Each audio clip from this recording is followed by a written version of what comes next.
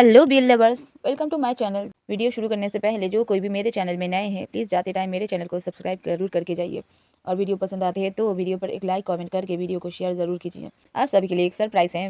मैंने इस बार वांगशन फ्रंटशिप fest competition में हिस्सा लिया है और ये स्टोरी मैं वहीं पर देने वाली हूँ। ये वन शॉट स्टोरी शियान वांग हिस्टोरिकल प्लस मॉडर्न बियल स्टोरी होने वाला है। स्टोरी में विभूषण टॉप और वांगजी बॉटम होने वाला है, तो प्लीज़ जिसे पसंद नहीं आता है शियान वांग स्टोरी वो इस स्टोरी को स्किप कर सकते हैं। इस कंपटीशन में जीतने के लिए लाइक ज़्यादा होना ज़रूरी होता है, ना कि व्यूज़। तो प्लीज़ जितने भी बीएल लवर्स मेरी स्टोरी सुन लेंगे, चाहे पसंद आए या ना आए, प्लीज़ एक लाइक ज़रूर करके जाइए। 200 लाइक तो चाहिए भाई, कंपटीशन है तो लाइक तो देकर ही जाना पड़ेगा आप लोगों को। स्टोरी का नाम है the cruel king his modern safe. ये शियान वांग वन शॉट स्टोरी होने वाला है। तो चलिए शुरू करते हैं बिना देर के स्टोरी को। लान किंगडम का नाम सुनते ही आसपास के राज्य के दरबारों में सन्नाटा छा जाता था। इस शक्तिशाली साम्राज्य पर राजा लान वांगजी का शासन था, जिनका आदेश हर कोई मानता था।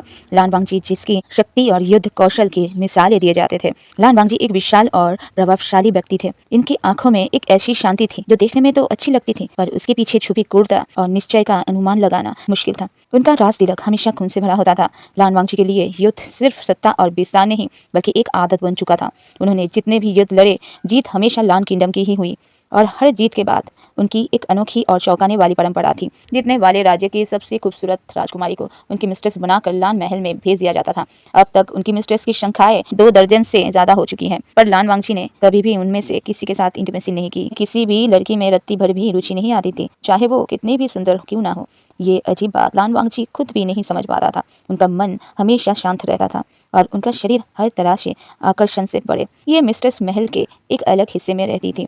लान वांगजी सिर्फ उन्हें अपनी जीत का प्रतीक मानकर उनकी देखभाल का ध्यान रखते थे, पर उनसे कभी मिलते नहीं थे। इस बार बारी थी जियांग किंगडम की। युद्ध हुआ और जियांग किंगडम हार गया। नियम के मुताबिक जियांग राज परिवार की सबसे बड़ी बेटी राजकुमारी यानली को लान वांगजी की मिस्ट्रेस बनकर लान महल जाना पड़ता, पर जियांग राज परिवार में राजकुमारी यानली की माँ मैडम यू ये फैसला मान नहीं पा रही थी। उन्हें डर था कि उनकी बेटी की जिंदगी लान वांगजी के महल में बर्बाद हो जाएगी। हम ये नहीं कर सकते याली, बिल्कुल नहीं। मैडम यू ने अपने पति जियांग फैंगमियान से गुस्से में चीखा और कहा, वो क्रूर राजा याली को केवल एक खिलौने की तरह समझेगा। हम अपने बेटी को वहां नहीं भेजेंगे। जियांग फैंगमियान निराश थे। उन्होंने कहा, लेकिन यू, अगर हम उनके आदेश की अवहेलना करते हैं तो लान वांगजी पूरे जियांग किंगडम को तबाह कर देंगे। हमारी तो कोई और राजकुमारी भी नहीं है। मैडम यू की तेज नजर अपने छोटे बेटे की तरफ गई, जो जियांग फैंगमियान के गोद लिया हुआ बेटा था। ये था वेंग, एक 15 साल का पतला दुबला चंचल लड़का। वेंग का चेहरा, अगर उसके चेहरे से धूल और शरारत हटा दिया जाए तो वो बहुत ही नाजुक और खूबसूरत लगेगा। मैडम यू के दिमाग में एक शैतानी चाल आई। हमारे पास एक आइडिया है, उन्होंने धीरे से कहा। वो राजा सिर्फ राजकुमारी मांगता है। उसने नाम नहीं बताया और उसने ये भी नहीं कहा कि वो असल राजकुमारी हो। जियांग फैंगमियान ने सवाल किया, तुम्हारा क्या मतलब? हम वेंग को भेजेंगे, मैडम यू ने निश्चय से कहा। उसके लंबे बाल हैं। वेंग को अगर हम लड़कियों के कपड़े में वहां भेजें तो कोई भी वेंग को पहचान नहीं पाएगा वेंग लड़की है या लड़का है। और जब तक लान वांगजी को पता चलेगा तब तक बहुत देर हो चुकी होगी। वेंग का जीवन का कोई मोल नहीं है जियांग किंगडम के लिए, लेकिन याली का मोल है। वेंग जो चुपके से ये सारी बातें सुन रहा था, उसका दिल टूट गया। वो हमेशा अपने परिवार से प्यार करता था, पर आज उसे एहसास हुआ कि उसकी माँ उसे सिर्फ बोझ समझती है, मगर उसके पास कोई और रास्ता नहीं था। डर और जिम्मेदारी के बोझ तले दबकर उसने चुपचाप मैडम यू के आदेशों का पालन किया। वेंग को एक मोटा भारी बेल पहनाया गया जिसमें उसका चेहरा पूरी तरह से छिपा हुआ था। उसने एक ऐसी पोशाक पहनी थी जिसे देखकर कोई बता नहीं सकता था कि वो लड़का है या लड़की। जब वेंग लान महल पहुंचा तो उसकी आंखों में आंसू थे, पर वो लान वांगजी के दरबार में सिर्फ एक छाया की तरह खड़ा हुआ था। लान वांगजी ने उसे देखा तक नहीं। उनके लिए ये सिर्फ एक जीत का प्रतीक था। उन्होंने तुरंत अपने मुख्य सेवक को आदेश दिया। लान वांगजी ने एक रूखी आवाज में बोला, इस महल के मिस्ट्रेस हिस्से में ले जाओ। इसके देखभाल के लिए एक विश्वास पात्र दासी नियुक्त करो। वेंग को महल के पिछले हिस्से में एक बड़े शानदार कमरे में ले जाया गया। उस कमरे में हर तरह की सुविधाएं थी, पर वो एक सोने का पिंजरा था। उस दासी का नाम था मेलेन। मेलेन को लगा ये राजकुमारी बहुत डर गई है, इसलिए वो उसकी मदद करना चाहती थी। मेलेन थोड़ा तरस खाकर कहा, राजकुमारी कृपया अपने बेल हटा दीजिए, मैं आपको नहाने और आराम करने में मदद करूंगी। वेंग डर गया। वो जानता था कि सच्चाई छुपाना मुश्किल होगा। से वेल को धीरे से हटा दिया। मेलैन की आंखें फटी की फटी रह गई जब उसने वेंग के नाजुक चेहरे और उसके नाजुक शरीर को देखा। मेलैन अभी हक्का बक्का होकर कहा, ये तो। वेंग डरते हुए आहिस्ता से कहा, कृपया किसी को मत बताना, मेरी माँ ने मुझे यहाँ भेजा है ताकि मैं उनकी बेटी की जान बचा सकूं। मेलैन को लान वांगजी के क्रूर स्वभाव का पता था। अगर राजा को पता चला कि उसे धोखा दिया गया है तो वो सिर्फ वेंग को ही नहीं बल्कि पूरे जियांग किंगडम को मिटा देंगे। मेलैन ने पहले तो वेंग पर दया दिखाई, पर जल्दी ही उसके मन में इनाम का लालच आ गया। उसे पता था लान वांगजी से इनाम मिल सकता है अगर उसने विंग के बारे में लान वांगजी को बता दिया तो उसकी नीयत बदल गई। उसी रात मे लेन ने डरते डरते लान वांगजी को विंग की सच्चाई बता दी। मैं क्षमा चाहती हूँ महाराज, पर वो राजकुमारी असल में एक लड़का है। जियांग परिवार ने आपको धोखा दिया है। लान वांगजी का चेहरा गुस्से से लाल हो गया। किसी की हिम्मत कैसे हुई उन्हें धोखा देने की? उनकी इज्जत, उनकी जीत के नियमों को चुनौती दी गई थी। लान वांगजी क्रोध में गरजाते हुए कहा, उस लड़के को मेरे सामने लाओ। मे लेन डरते हुए कहा, क्षमा महाराज, मैंने उसे देखा था पर उसके बाद कोई और उसे देख नहीं पाया। वो कहीं छुप गया है और वो लड़का काफी डरा हुआ भी है। लान वांगजी के दिमाग में बदले की आग जल रही थी। उन्होंने विंग को देखने की कोशिश भी नहीं की। उनका गुस्सा जियांग किंगडम और धोखेबाज लड़के पर ही अटक गया था। लान वांगजी ने ठंडे और कठोर स्वर में कहा, उसे ढूंढो और उसे उस महल के पीछे वाले छोटे कॉटेज में कैद कर दो। वो वही मरेगा। इसे कोई खाना ना दे। इसे तब तक वही रहने दो जब तक मैं फैसला ना करूं कि उस पर क्या जुल्म किया जाए। मे लेन ने वही किया। विंग को, जो अभी सिर्फ 15 साल का था, बिना किसी गलती के उसे छोटे से अंधेरे और गंदे कॉटेज में कैद कर दिया गया। कोई उससे नहीं मिलता था और ना ही कोई उससे बात करने जाता था। अब हमें 5 साल बाद का सीन दिखाया जाता है। ये 5 साल विंग की जिंदगी का सबसे बड़ा दुखदायक समय था। उसे ना तो ठीक से खाना मिलता था, ना ही कोई इंसान जिससे विंग बात कर पाए। हर दिन उसका मौत से बढ़कर था। अब वो 20 साल का हो चुका था, पर उसकी आत्मा टूट चुकी थी। लान वांगजी ने उसे छोड़ दिया था, उसे भूल चुका था। पर लान वांगजी का विंग को भूलना विंग के लिए सबसे बड़ी सजा थी। एक शाम अकेलेपन और निराशा की गहराई में डूबकर विंग कॉलेज के बाहर निकला। उसने पास के तालाब को देखा। उसकी आंखों में अब कोई आंसू नहीं थे, सिर्फ खामोशी थी। विंग एक ठंडी सांस लेते हुए अपने मन में कहा, अकेले रहना ही मेरी किस्मत है। अब इस जिंदगी का क्या मतलब? उसने तालाब में छलांग लगा दी। अंधेरा, ठंडा पानी, सब कुछ खत्म। मॉडर्न वर्ल्ड, वेडिंग सिटी, तेज रफ्तार शाम, भीड़ भाड़ वाली सड़क। बी भूषण एक 5 स्टार होटल का मशहूर शेफ काम से लौट रहा था। उसका दिमाग कल के मेनू और नई डिशेस के बारे में सोच रहा था। वो हमेशा हंसमुख और चंचल रहता था और उसके पास रेस्ट करने का भी फुर्सत नहीं था। बी भूषण ने सोचा, आज तो गाड़ी तेज चलानी पड़ेगी, कल सुबह फिर नई रेसिपी ट्राई करनी है। अचानक से तेज रोशनी और जोर से टक्कर और फिर अंधेरा। उसका शरीर सड़क पर पड़ा था और उसकी आत्मा अपने शरीर से निकल चुका था। जब बी भूषण की आंखें खुली तो उसे अजीब सा दर्द महसूस हुआ। वो एक पतले कमजोर शरीर में था, साथ ही चारों तरफ गंदे पुराने कपड़े और एक बंद दरवाजा। ये कहाँ आ गया मैं? एक्सीडेंट हुआ था क्या? ये कोई हॉस्पिटल है? उसने धीरे से उठते हुए ये सोचा। जब उसने अपना हाथ देखा तो वो शॉक हो गया। पतले लंबे उंगलियां, और ये उसके हाथ नहीं है। उसका गला सूख रहा था। जब उसने आईने में देखा तो वो एकदम से चिल्ला उठा, पर उसके मुंह से सिर्फ हल्की सी सिसकारी निकली। मेरा चेहरा? ये कौन है और ये क्या कपड़े हैं? क्या मैं कोई हिस्टोरिकल ड्रामा के सेट पर हूँ? विभूषण हमेशा से ही चालाक और तेज दिमाग का था। उसने कई सारे सोल एक्सचेंज और ट्रांसमिग्रेशन वाले ड्रामे देखे थे। विभूषण अपने मन में कहा, ओहो, तो ये वही कहानी है। मेरा सोल किसी और की बॉडी में आ गया है और वो बेचारा शायद मर चुका है। उसने आसपास देखा, कॉटेज, अकेलापन, तालाब। उसे समझ आ गया कि इस लड़के ने जरूर खुदकुशी ही की होगी। अब रोने से क्या होगा? मैं तो एक 5 स्टार शेफ हूँ। पहले भूख लग रही है, कुछ खाने का बंदोबस्त करना पड़ेगा। उसकी शेफ बुद्धि जाग गई। विभूषण ने वही पुराने राज परिवार के कपड़े जो विंग के थे पहन लिया और बाहर निकल आया। कॉटेज का दरवाजा खुला था। विभूषण, जो अब विंग के बॉडी में था, चोरी छुपे राजमहल में घूमने लगा। उसका चेहरा अब भी थोड़ा कमजोर और फीका था, पर उसकी आंखों में अब चंचलता और शरारत लौट आई थी। वो महल बहुत विशाल और शानदार था। उसके कपड़े देखकर वहाँ के गार्ड और सेवक समझ रहे थे कि वो महल के राज परिवार का ही कोई सदस्य होगा, शायद लान वांगजी का कोई छोटा रिश्तेदार। इसलिए किसी ने भी उसको रोक टोक नहीं की। और वैसे भी राजमहल के अंदर राज परिवार के ही लोग रहते हैं, बाहर का कोई आदमी तो आ नहीं सकता बिना लान वांगजी के अनुमति के। विभूषण मन में मुस्कुराते हुए कहा, वाह, ये तो अच्छा है। मुझे पता था कि मेरा चेहरा वीआईपी पास की तरह काम करेगा। घूमते घूमते उसे भूख बहुत तेज लग गई। उसे लगा कि वो मर जाएगा अगर उसे जल्दी से कुछ खाया नहीं। उसने सोचा, सबसे अच्छा खाना कहाँ मिलेगा? ऑब्वियसली राजमहल के रसोई घर में। उसने एक दासी से रसोई घर का रास्ता पूछा और रसोई घर में पहुंच गया। वो जगह बहुत बड़ी थी, पर वहाँ का मुख्य रसोईया शेफ आयुआन बहुत घमंडी लग रहा था। आयुआन ने गुस्से में कहा, ये लड़के, तुम कौन हो? तुम यहाँ क्या कर रहे हो? ये तुम्हारे खेलने की जगह नहीं है। विभूषण मुस्कुराते हुए और राजकुमार की तरह नौटंकी करते हुए बोला, मैं यही का सदस्य हूँ। बड़े भाई, मुझे बहुत भूख लगी है, क्या तुम मुझे कुछ खाने के लिए दे सकते हो? जो कुछ भी तुम्हारे पास अभी रेडी हो। आयुन घबरा गया। उसके कपड़े देखकर तो ऐसा ही लगा कि वो सच में राज परिवार का ही कोई सदस्य है। उसने झट से एक थाली में लान वांगजी के लिए बना हुआ सादा हल्के स्वाद का भोजन परोस दिया। विभूषण ने पहला निवाला लिया और उसका चेहरा बिगड़ गया। विभूषण मुंह बनाते हुए कहा, ये क्या है? इतना फीका खाना, इसमें कोई स्वाद ही नहीं है। क्या ये 5 स्टार महल का खाना है या बीमार लोगों का हॉस्पिटल का खाना है? आयुन गुस्से में लाल हो गया, पर वो कुछ बोल नहीं पाया। विभूषण ने अपने आप से कहा, ठीक है, अगर ये लोग ठीक से खाना नहीं बना सकते तो मैं खुद बनाऊंगा। मैं विभूषण हूँ। मेरे रसोई की ताकत से मैं इस महल को हिला दूंगा। उसने रसोई घर का सामान देखा, सब कुछ था, पर सबका इस्तेमाल बहुत सावधान तरीके से किया गया था। विभूषण ने तुरंत जो जो सामान उसे लगेगा उन सभी को इकट्ठा किया और अपने लिए spicy pork belly street fry with lotus root and chili oil बनाना शुरू कर दिया। ये उसकी सिग्नेचर डिश थी। रसोई घर में अचानक तेज आंच, धुआं और मिर्च की खुशबू फैल गई। आईवान और बाकी सेवक हैरान थे। वो सिर्फ देख रहे थे कि ये लड़का कितनी तेजी से और कितने गुस्से में खाना बना रहा है। उनकी आदत तो बहुत धीमे और हल्का खाना बनाने की थी। जब विभूषण ने खाना बना लिया और खा कर चला गया तो रसोई घर में उसकी डिश की तेज आकर्षक खुशबू बाकी रह गया। आईवान जो गुस्से में था उसने थोड़ा सा बचा हुआ खाना चखकर देखा। आईवान की आंखें चौंधा गई। आईवान ने मन में कहा, ये स्वाद इतनी तेज, इतना मजेदार, हमने आज तक कभी ऐसा खाना नहीं बनाया। उसी दोपहर को आईवान ने थोड़ा सा बचा हुआ spicy pork belly street fry लान वांगजी की थाली में परोस दिया। लान वांगजी आमतौर पर बहुत कम खाते हैं। हमेशा एक ही जैसा फीका भोजन उनको भी पसंद नहीं आता। जब लान वांगजी ने पहला निवाला लिया तो उसके चेहरे पर पहली बार कोई भावना दिखाई दी।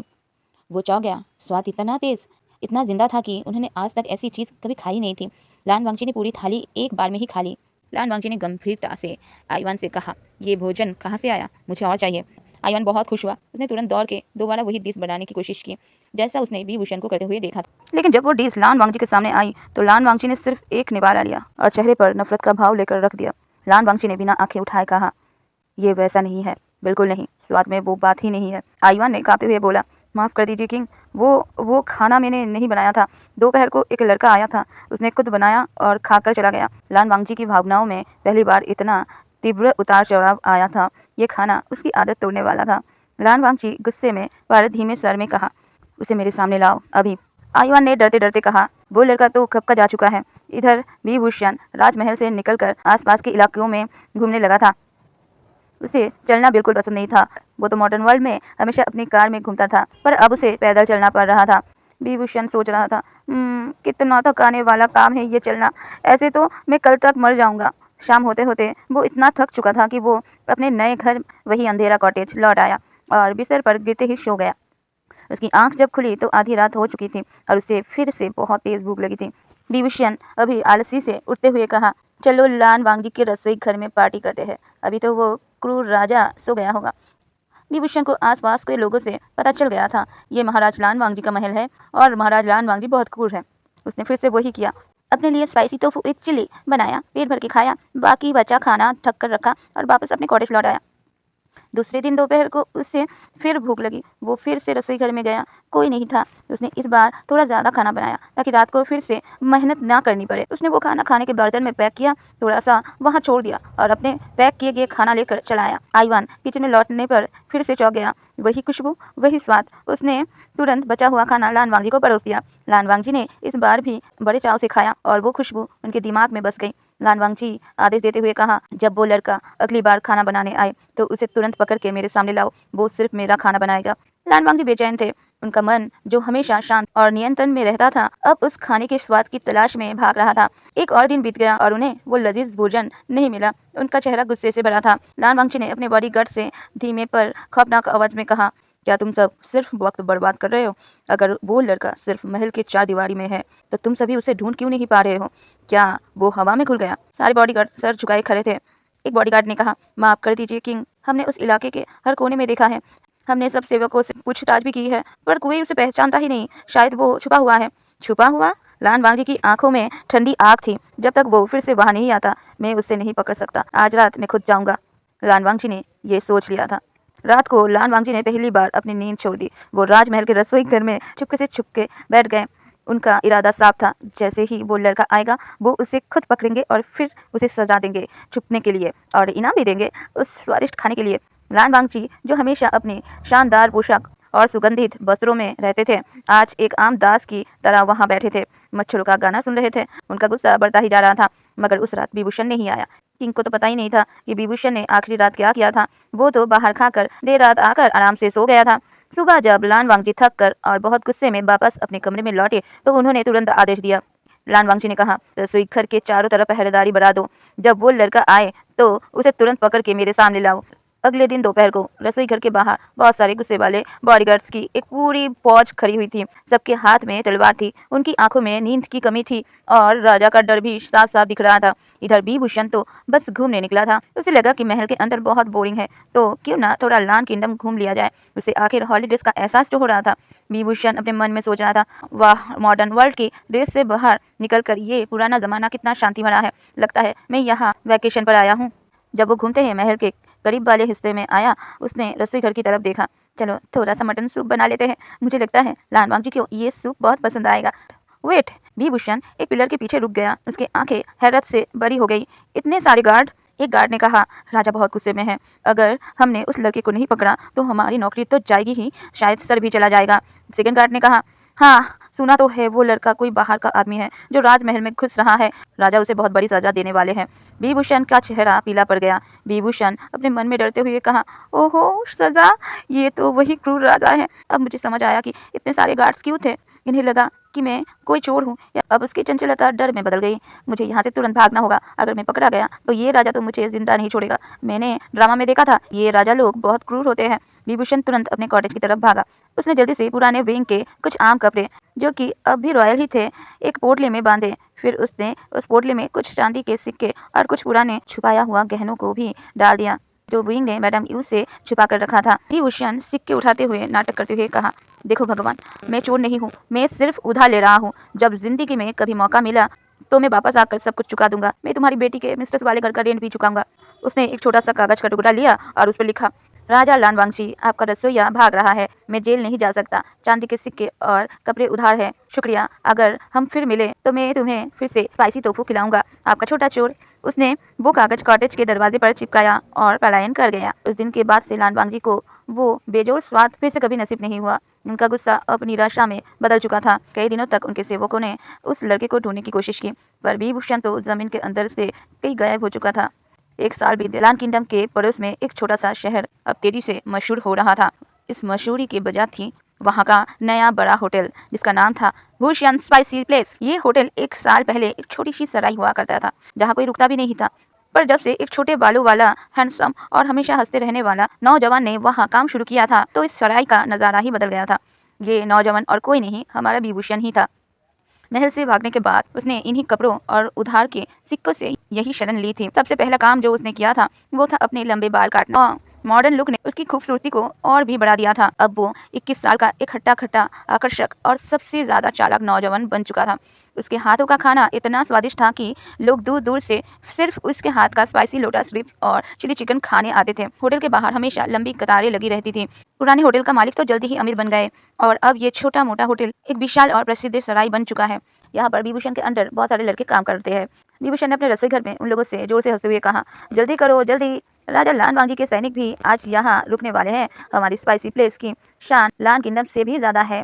इस शराय में लानवांगी के सैनिक भी आते जाते रहते हैं, इसीलिए विभूषण को अब आदत हो चुकी है इन सब की। लानवांगी इस समय एक लंबी शिकार यात्रा से लौट रहे थे। उनका मूड थोड़ा ठीक था, लेकिन उनके दिल में अब भी उस अनोखे स्वाद की कमी थी। उन्हें हमेशा वो खाना याद आता था। शाम होते होते उन्हें बहुत तेज भूख लगी। उनके सेवकों ने उन्हें उसी विभूषण स्पाइसी प्लेस का रास्ता बताया, जो उस समय सबसे मशहूर था। लानवांगजी ने अपने मुख्य अंगरक्षक से कहा, ठीक है, वही रुको, मैं यहाँ खाना खाऊंगा आज। लानवांगजी और उनके सैनिक होटल में दाखिल हुए। होटल की चमक और भीड़ देखकर लानवांगजी हैरान थे। उनकी पोशाक, उनका चेहरा, उनकी अथॉरिटी, सब कुछ देखते ही अभी जो गर्मा गर्मी चल रहा था उस सराय में, अभी सभी लोग वहाँ शांत हो गए। लानवांगजी एक कोने की मेज पर बैठे। उन्होंने सिर्फ एक ड्रिंक ऑर्डर किया और उसके बाद अपने favourite spicy pork belly street fry को ऑर्डर किया। जब उनकी थाली आई, उन्होंने पहला निवाला लिया। लानवांगजी की आंखें चौंधा गई। उनके शरीर में एक तेज करंट दौड़ गया। ये वही स्वाद है, वही तेज, वही जिंदा स्वाद जो उन्होंने एक साल पहले चखा था। लानवांगजी के आवाज में गुस्सा और उत्तेजना भरी हुई थी। लानवांगजी ने अपने मेज पर हाथ मारते हुए कहा, ये खाना किसने बनाया? तुरंत उसे मेरे सामने पेश करो। होटल के मालिक, जो अब बहुत अमीर हो चुके थे, डर गया। उसने सोचा, ओह नो, लानवांगजी को मेरा खाना पसंद नहीं आया, अब तो मेरी दुकान बर्बाद। रसोई घर में विभूषण, जो अभी भूषियान के नाम से मशहूर था, अपने काम में व्यस्त था। होटल मालिक हाफते हुए विभूषण के पास आया और कहा, भूषियान, ओ भूषियान, किंग लानवांगजी यहाँ आए हैं, वो तुम्हें बुला रहे हैं, वो गुस्से में लग रहे हैं। विभूषण खुश होते हुए कहा, गुस्सा क्यों? मेरा खाना तो सबको पसंद आता है। लेकिन जैसे ही विभूषण को ख्याल आया, अभी होटल के मालिक ने क्या नाम लिया, लानवांगजी, उसको याद आ गया वो गर्ड्स, वो सजा की बात। विभूषण घबराते हुए कहा, लान बांग जी, वो क्रूर राजा, ओ मुझे तो उनका उधार चुकाना है। अब तो मैं गया, मैं तो उनका मिस्ट्रेस वाला घर भी छोड़ दिया था। विभूषण ने तुरंत पीछे वाले दरवाजे से भागने की कोशिश की। विभूषण डरते हुए अपने मन में ही बोल रहा था, भागो विभूषण भागो, वरना ये राजा तो तुम्हें फिर से कॉटेज में कैद कर देगा। पर लान वांगची के अंगरक्षक उससे ज्यादा तेज थे। उन्होंने विभूषण को पकड़ लिया और उसे खींच के लान वांगजी के सामने ले आए। अंगरक्षक में से एक ने कहा, महाराज, ये है वो लड़का जिसने ये भोजन बनाया है। विभूषण पकड़े जाने के डर से सर झुकाकर खड़ा था। विभूषण अभी डरते हुए आहिस्ते से कहा, क्षमा महाराज, मैंने मैंने आपके महल से कुछ पैसा उधार लिया था, पर मैं चुकाने वाला था। मैं चोर नहीं हूँ, मैं तो शेफ हूँ। लान वांगजी अभी गुस्से में थे, पर जैसे ही उनकी नजर विभूषण के चेहरे पर पड़ी, सारी क्रूरता और सारा गुस्सा एक पल में गायब हो गया। लान वांगजी का मुंह हैरानी से खुला रह गया। उनकी नियति, उनकी भावनाएं, सब कुछ पलट गया। उनके सामने खड़ा लड़का बेहद हैंडसम था। उसका बाल अब लंबे नहीं थे, बल्कि मॉडर्न स्टाइल में छोटे और स्टाइलिश थे। ये लुक उसकी चंचलता और शरारत को और भी उभार रहा था। उसकी आंखों में डर था, पर उसके चेहरे पर एक ऐसी आकर्षक चमक थी जो लान वांगजी ने आज तक नहीं देखी थी। लान वांगजी, जो आज तक किसी भी लड़की में रुचि नहीं रखते थे, उन्हें पहली बार अपने शरीर में एक तीव्र आकर्षण महसूस हुआ। उनका दिल जोर जोर से धड़कने लगा, जैसा कि उस खाने को चखने पर धड़का था, पर अब वो धड़कन 100 गुना ज्यादा था। लान वांगजी अपने मन में कहा, ये कौन है?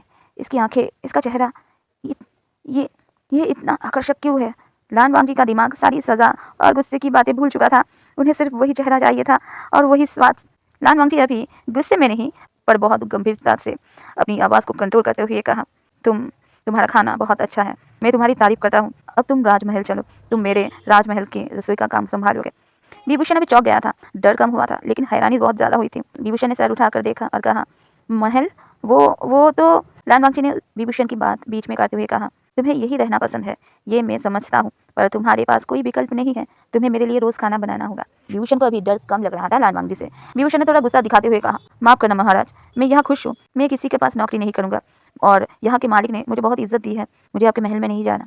लान वांगजी को अजीब सा लगा। आज तक किसी की हिम्मत नहीं हुई थी उन्हें मना करने की। उन्हें गुस्सा तो आया, पर वो उस हैंडसम चेहरे पर गुस्सा दिखा नहीं पाया। उन्हें बस वो लड़का चाहिए था। अभी उसी पल होटल के एक कोने से एक दासी की नजर विभूषण पर पड़ी।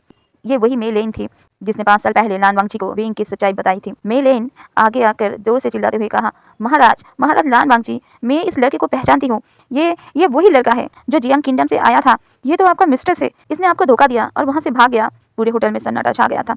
विभूषण का चेहरा हैरानी से और शौक से फीका पड़ गया था। लान वांगजी को तो जैसे आसमान से कोई देवता मिल गया हो, मे लेन के रूप में। विभूषण अभी अपने मन में खुद से बोल रहा था, मिस्ट्रेस? मैं किसका मिस्ट्रेस हूँ?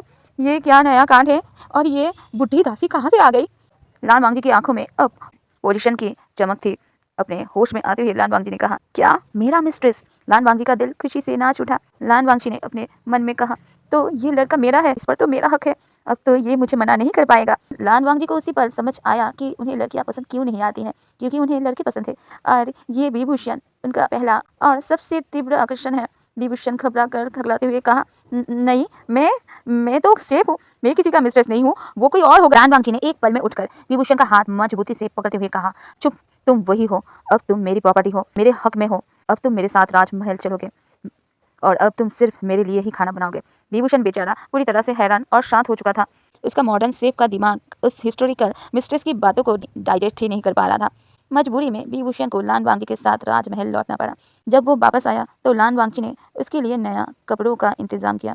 राजमहल लौटते ही लान वांगजी ने विभूषण को नया आदेश दिया। लान वांगजी थोड़ा सा प्यार और ज्यादा हक जताते हुए कहा, तुम तुरंत मेरे लिए खाना बनाओ, मुझे तुम्हारे हाथ का वो स्वाद 1 साल बाद मिला है, मुझे अभी खाना है। विभूषण की आंखों में आंसू थे। अब मैं इस क्रूर राजा का मिस्ट्रेस बन चुका हूँ। यह भगवान, मेरी तो किस्मत ही खराब है। पर वो एक अच्छा पेशेवर शेफ था। उसने तुरंत रोना बंद किया और लान वांगजी के लिए बड़े चाव से और बहुत सारा spicy mutton curry, hot and sour fish और शिवन नूडल्स बनाया। उसने खाने में इतनी मिर्ची डाली कि कोई आम आदमी खाता तो उसके मुंह से आग निकल आती। लान वांगजी ने तो वो खाना बहुत शांति से खाया और उनकी आंखें खुशी से बंद हो रही थी बार बार। आज उन्होंने अपनी उंगलियां चाट चाट के खाना खाया। लान वांगजी ने अपने बॉडीगार्ड से कहा, हल्की सी मुस्कान के साथ, ये खाना सिर्फ मेरे लिए बनेगा, कोई और इसे हाथ नहीं लगाएगा। पर आज लान वांगजी के दिल में खाने के स्वाद से भी कुछ ज्यादा तीव्र क्रेविंग हो रहा था। जब वो विभूषण की तरफ देखते हैं तो उन्हें वो खाना नहीं, बल्कि विभूषण की मुस्कान, उसकी आंखों की शरारत और उसका हट्टा खट्टा जिस्म याद आता है। लान वांगजी ने अपने मन में कहा, मुझे आज खाने के साथ साथ कुछ और भी चाहिए, और वो है विभूषण। पहली बार क्रूर और शांत लान वांगजी को सेक्स की क्रेविंग हो रही थी, और वो भी विभूषण के साथ। शाम ढल चुकी थी। लान वांगची ने पेट भरकर विभूषण के हाथ का स्वादिष्ट भोजन किया था। भोजन में मिर्च इतनी थी कि उनके चेहरे पर हल्का सा पसीना था, पर उनका दिल बहुत खुश था। लेकिन इस खुशी के साथ उनके दिल में एक नई चाह जाग गई थी। वो थी विभूषण के साथ नजदीकियां। उनके आंखों के सामने अब उस लड़के का हंसमुख चेहरा, उसके छोटे बाल और उसकी शरारत घूम रही थी। लान वांगजी के आवाज में अभी एक बेचैनी थी। लान वांगजी ने अपने बॉडीगार्ड से कहा, विभूषण, उसे तैयार करके मेरे कक्ष में भेजो अभी।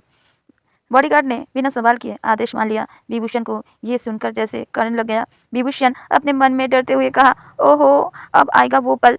मैं जानता था पहले खाना खिलाएगा और फिर अपना हक जताएगा। मैंने तो सोचा था कि ये राजा तो मुझे सिर्फ किचन में ही रखेगा, पर ये तो पूरी तरह से मिस्ट्रेस बनाने में तुला हुआ है। विभूषण को समझ नहीं आ रहा था कि वो रोए या हंसे। रोना इसलिए कि उसकी मॉडर्न वर्ल्ड की इंडिपेंडेंस छीन चुकी थी, और हंसना इसलिए कि लान वांगजी जैसा खूबसूरत पुरुष, जो गुस्से में भी बहुत हैंडसम लगता है, अब उसका पति बनने वाला है। जब विभूषण किंग के विशाल कक्ष में दाखिल हुआ तो उसने जो नजारा देखा, उसे देखकर उसके होश उड़ गए। लान वांगची, जिन्होंने शानदार शाही कपड़े उतार दिए थे, वो अब सिर्फ एक सफेद मुलायम इनर में थे। वो कमरे के एक कोने में बैठे एक बड़े से गर्म पानी के टब में आराम कर रहे थे, और उनके हाथ में तेज शराब का ग्लास था। लान वांगची कभी शराब नहीं पीते थे, लेकिन आज की उत्तेजना उन्हें नियम तोड़ने पर मजबूर कर रही थी।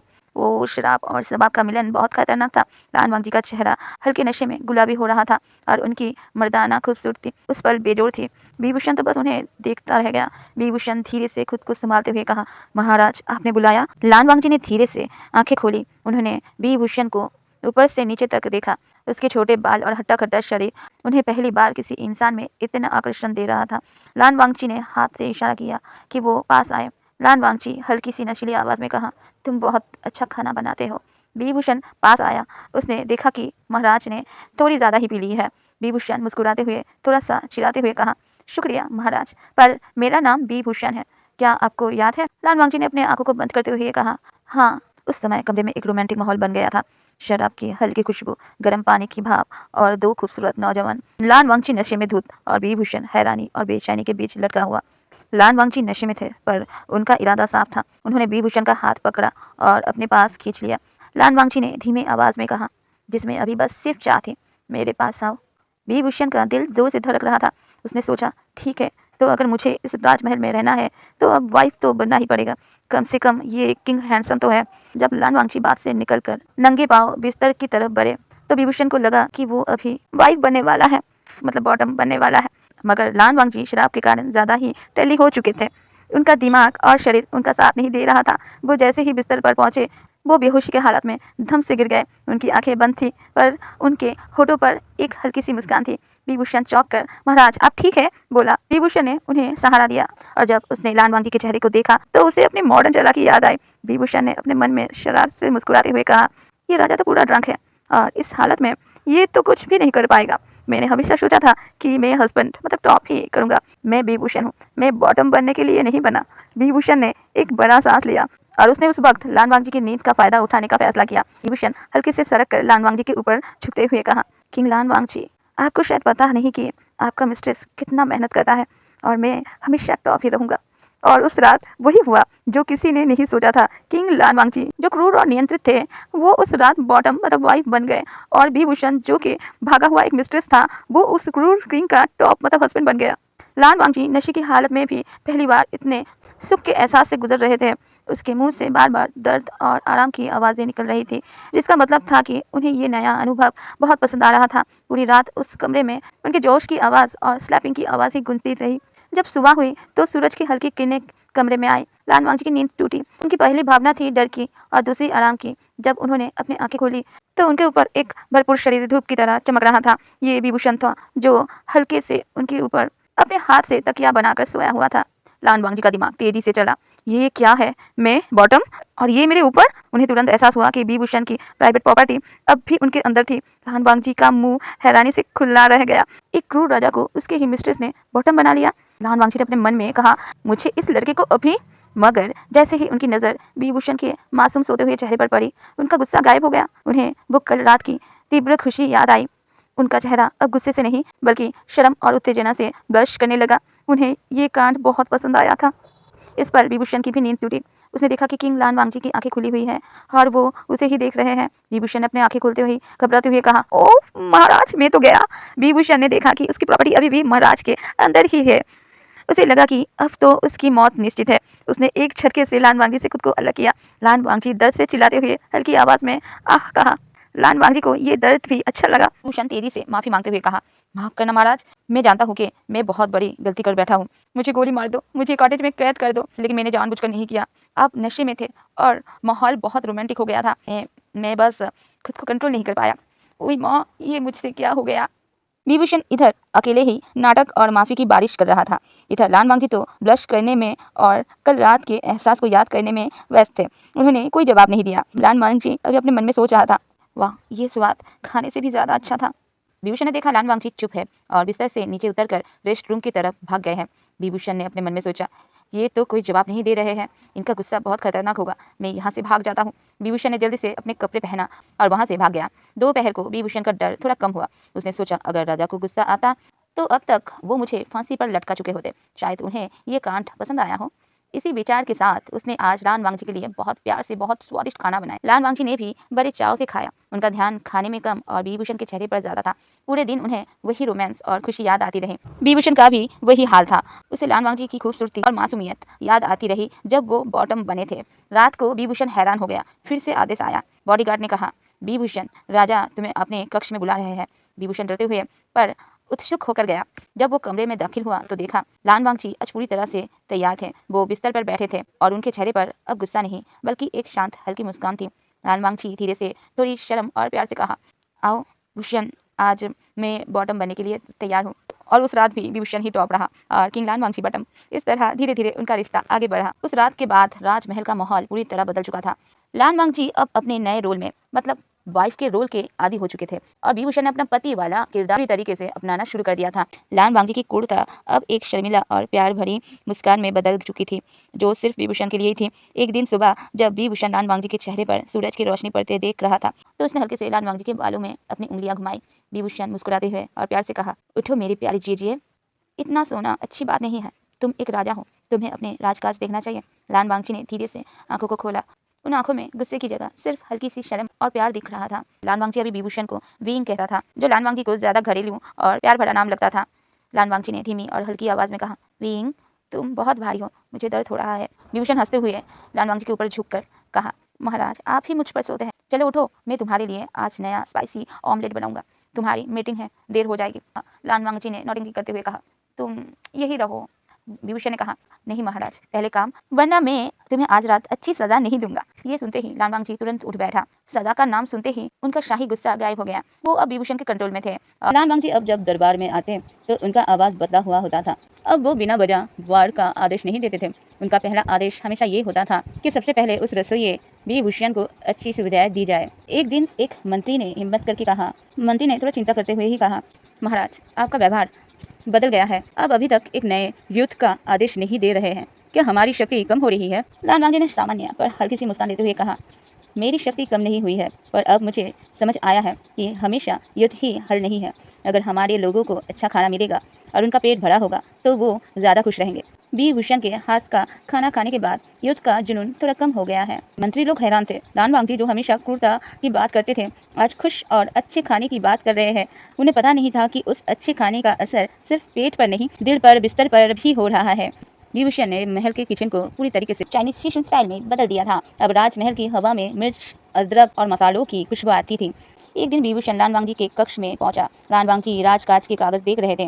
विभूषण अपने हाथ में एक छोटा काला कुत्ते का बच्चा उठाए हुए था। देखो महाराज, मैं इसे बाजार से लाया हूँ, कितना प्यारा है। लान वांगजी जो सफेद और शांति के माहौल में रहते थे, उन्हें ये कुत्ते से डर लगता था। लान वांगजी अभी डर से बिना हिले डुले कहा, उसे दूर रखो। विभूषण हंसते हुए कहा, हाय, ये तुम कुत्ते से डरते हो? तुम कितने मासूम हो। महाराज अब डरो मत, मैं तुम्हारा हस्बैंड हूँ, मैं इसे तुम्हारे पास नहीं आने दूंगा। हम इसका नाम लिटिल एप्पल रखेंगे। लान वांगजी होश संभालते हुए कहा, विंग, तुम बाहर से ऐसे जानवर नहीं ला सकते, ये राजमहल है। विभूषण ने कहा, और मैं यहाँ का पति हूँ, चलो चिंता मत करो, मैं इसको किचन में रखूंगा जहाँ वो खा पी के मजे में रहेगा।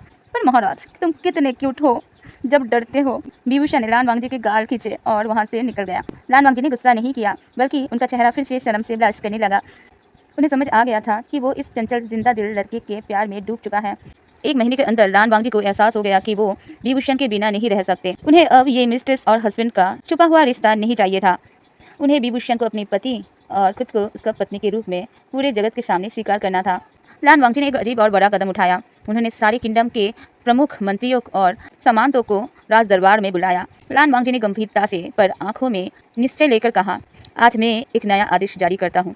मेरे नियम बदल चुके हैं। अब मैं युद्ध नहीं चाहता। मैं अब राजकुमारियों को भी मिस्ट्रेस नहीं बनाऊंगा। मंत्री हैरान थे। एक मंत्री ने कहा, तो महाराज क्या आप शादी कर रहे हैं? और कौन सी राजकुमारी आपकी पत्नी बनेगी? लान वांगजी ने बिभूषण को दरबार में बुलाने की आदेश दिया। बिभूषण नए शाही कपड़ों में अपने छोटे बालों और मुस्कान के साथ दरबार के अंदर दाखिल हुआ। सारे मंत्री उसे देखकर हैरान थे। उन्हें लगा कि ये कोई नया राजकुमार है। लान वांगजी ने विभूषण का हाथ पकड़ते हुए आवाज में गर्व और प्यार भरते हुए कहा, ये है विभूषण जिसे तुम सब मेरा मिस्टर समझते हो, पर ये है मेरा पति। मैंने पहली बार किसी पुरुष को चाहा है और ये मेरा सब कुछ है। आज से ये लान किंगडम का दूसरा राजा, सेकंड किंग होगा। दरबार में सन्नाटा छा गया। सभी लोग राजा के इस अजीब फैसले को सुनकर हिल चुके थे और एक मंत्री ने हिम्मत जुटाकर कहा, लेकिन महाराज ये धर्म के खिलाफ है। ये हमारे नियम और परंपरा के खिलाफ है। लान वांगजी की आंखों में अभी गुस्से की नया चमक आ गया था। लान वांगजी ने कहा, चुप हो जाओ। मैं ही नियम हूँ। मैंने देखा है कि लड़कियों में मुझे कोई रुचि नहीं है। मुझे विभूषण से प्यार है और अब मैं इसी से शादी करूंगा। जो ये रिश्ता स्वीकार नहीं कर सकता वो अभी इस दरबार से जा सकता है। पर याद रखें, लान किंगडम अब हम दो राजाओं का होगा और हमारी शक्ति अब दो गुनी हो चुकी है। लान वांगजी का निश्चय इतना मजबूत था कि किसी की हिम्मत नहीं हुई आगे बोलने की। कुछ ही दिनों में राजमहल में शादी की तैयारी शुरू हो गई। ये एक अनोखी शादी थी। इसमें कोई राजकुमारी नहीं थी। इसमें अभी दो राजा थे। विभूषण ने पूरी शादी का काम मॉडर्न स्टाइल में करना चाहा। उसने हवेली को रंगीन रस्सियों से सजाया और एक बड़ा सा केक बनाने की कोशिश की, जिसमें वो कामयाब नहीं हो पाया, लेकिन लान वांगजी ने बड़े प्यार से खाया। शादी के दिन लान वांगजी के आंखों से पहली बार खुशी के आंसू आए। उन्होंने ट्रेडिशन शाही पोशाक पहनी और अब उन्होंने विभूषण को देखा, जो छोटे बालों और शरारती मुस्कान के साथ शाही कपड़ों में खड़ा था। तो लान वांगजी की नजर उन पर से हट ही नहीं रही थी। विभूषण हंसते हुए लान वांगजी का हाथ पकड़कर उनके कान में धीरे से कहा, देखो मेरी प्यारी पत्नी, अब तुम राजमहल से भाग नहीं सकते। तुम हमेशा के लिए मेरे हो। और हाँ, मैं तुम्हें बहुत स्पाइसी सजा दूंगा अगर तुमने फिर से टॉप बनने का सोचा भी। लान वांगजी ने सिर्फ शर्म से सर झुका लिया और मुस्कुराते हुए कहा, जो मेरे पति का आदेश हो। इस तरह लान वांगजी ने विभूषण से शादी की। शादी के बाद लान वांगजी की नियति और राजकाज की तरह से बदल गया। लान वांगजी का पहला बड़ा नरम फैसला था अपनी सभी पुरानी मिस्ट्रेस को इज्जत के साथ उनके किंगडम वापस भेज देना। लान वांगजी ने उन्हें एक बड़ा उपहार दिया और कहा, मैं तुम सभी की इज्जत करता हूँ, लेकिन अब मुझे अपना पति विभूषण मिल चुका है। तुम सबको अब यहाँ रहने की जरूरत नहीं है। तुम सब आज़ाद हो। अपने परिवार के पास जाओ और नया जीवन शुरू करो। मिस्ट्रेसेस हैरान थे पर खुश भी। उन्हें पता था कि राजा बदल चुके हैं। ये खबर आसपास के किंगडम में भी फैल गई और लान वांगजी की छवि एक क्रूर शासक से एक नरम दिल और सच्चे प्रेमी राजा की बन गई थी। विभूषण जो मॉडर्न वर्ल्ड से आया था, उसने तुरंत अपने मॉडर्न आइडिया से लान किंगडम की उन्नति शुरू कर दी। उसने झीलों को और नालों को इस तरह से जुड़वाया कि किसानों को बेहतर सिंचाई मिले। उसने पुराने कच्चे रास्तों को स्मूथ करने के लिए मजबूत लकड़ी और पत्थर का इस्तेमाल शुरू करवाया। उसने सजेस्ट किया कि मंत्रियों को काम के हिसाब से पेमेंट मिलनी चाहिए, ना कि सिर्फ अपने लेवल का हिसाब से। लान वांगजी ने विभूषण के हर सुझाव को मान लिया। विभूषण अब सेकंड किंग के रूप में लान किंगडम को नए दौर में ले जा रहा था। प्रजा बहुत खुश थी क्योंकि उनका राजा अब क्योंकि भलाई के बारे में ही सोच रहा था। विभूषण अभी एक नया पुल निर्माण कर रहा था। विभूषण ने कहा लान वांगजी से, देखो महाराज, ये पुल हमारे लोगों को मंडी तक जल्दी पहुंचा देगा और तुम्हारी मिस्ट्रेस तुम्हारा पति ही ये सब कर रहा है। लान वांगजी हल्के से मुस्कुराते हुए कहा, तुमने मेरे जीवन बदल दिया बीइंग, और मेरे किंगडम का भी। एक दिन एक छोटी सी युद्ध में एक गांव बर्बाद हो गया था। लान वांगजी ने वहां जाकर देखा कि एक छोटा मासूम लड़का रो रहा था। उसके माता पिता नहीं थे। विभूषण लड़के को गोद में उठाते हुए कहा, ओह देखो महाराज, कितना प्यारा है, इसका क्या होगा? लान वांगजी जो अब प्यार की कीमत समझते थे, उनका दिल पिघल गया। लान वांगजी ने विभूषण की तरफ प्यार से देखते हुए कहा, हम इसे अपनाएंगे बीइंग, हम उसे अपना बेटा बनाएंगे। विभूषण की आंखों में आंसू आ गए। विभूषण ने कहा, हाँ, हम इसका नाम लान शिजोई रखेंगे। ये हमारा बेटा होगा। और इस तरह लान किंगडम में दो राजाओं और उनके एक छोटे बेटे लान शिजोई का शासन शुरू हुआ। लान वांगजी अब युद्ध नहीं करते थे। वो अपने पति विभूषण और बेटे लान शिजोई के साथ खुश थे। लान राजमहल अब सिर्फ शाही नियम और शांति का स्थल नहीं था, बल्कि वहाँ अब हंसी, खुशबू और लान वांगजी के हल्की सी शर्म की आवाज़ भी गूंजती थी। सुबह का समय था। लान वांगजी जो अब भी नींद की आगोश में थे, उन्होंने विभूषण को अपने बाहों में जकड़ के रखा था। विभूषण हल्के से मुस्कुराते हुए कहा, लान वांगजी के बालों में हाथ फिराते हुए, महाराज लान वांगजी, कितने गंदे हो तुम। अब तो तुम मेरे बेटे का माँ भी बन चुके हो, फिर भी बच्चों की तरह सोते रहते हो। उठो, सुबह हो गई है। लान वांगजी ने आंखें नहीं खोली, पर उनके होठों पर एक हल्की सी मुस्कान थी। उनका नींद अब उनके हस्बैंड के बिना टूटी नहीं थी। लान वांगजी धीमे नशीली आवाज में कहा, वीन 5 मिनट और। विभूषण हंसते हुए कहा, 5 मिनट? तुम जानते हो कि तुम्हारे 1 मिनट की कीमत कितनी है? तुम्हें राजकाज देखना है। अगर तुम ऐसे ही सोते रहे तो मैं आज राजमहल की दीवारों पर स्पाइसी चिली से नए नियम लिख दूंगा। ये सुनते ही लान वांगजी की आंखें खुल गई। लान वांगजी शर्माते हुए कहा, विंग कुछ भी। विभूषण लान वांगजी के ऊपर झुकते हुए उनके गाल पर एक चुंबन देते हुए कहा, हाँ कुछ भी, क्योंकि मैं तुम्हारा टॉप हूँ और तुम मेरे प्यारे बॉटम हो। अब चलो उठो और तैयार हो जाओ, मैं तुम्हारे लिए नया स्वीट और शॉर्ट सूप बना रहा हूँ जो तुम्हारे गुस्से को शांत रखेगा। लान वांगजी ने विभूषण को जोर से गले लगाया। क्रूर किंग अब एक ऐसे प्रेमी पुरुष बन चुके थे जिसे सिर्फ अपने पति का प्यार चाहिए था। लान वांगजी ने कहा, तुम आज बहुत चार्मिंग लग रहे हो। विभूषण खुश होते हुए कहा, मैं तो हमेशा से ही चार्मिंग हूँ, पर तुम भी कम नहीं हो। महाराज, तुम्हारी ये नई ब्लशिंग की आदत बहुत अच्छी है। मुझे तुम्हें इस रूप में देखना बहुत पसंद है। विभूषण लान वांगजी को अपने बाहों में भर लेता है। विभूषण उठकर राजमहल के किचन की तरफ चला गया। लान वांगजी बस अपने पति के जाने के रास्ते को देख रहा था। उनका चेहरा अब भी शर्म से और खुशी से लाल था।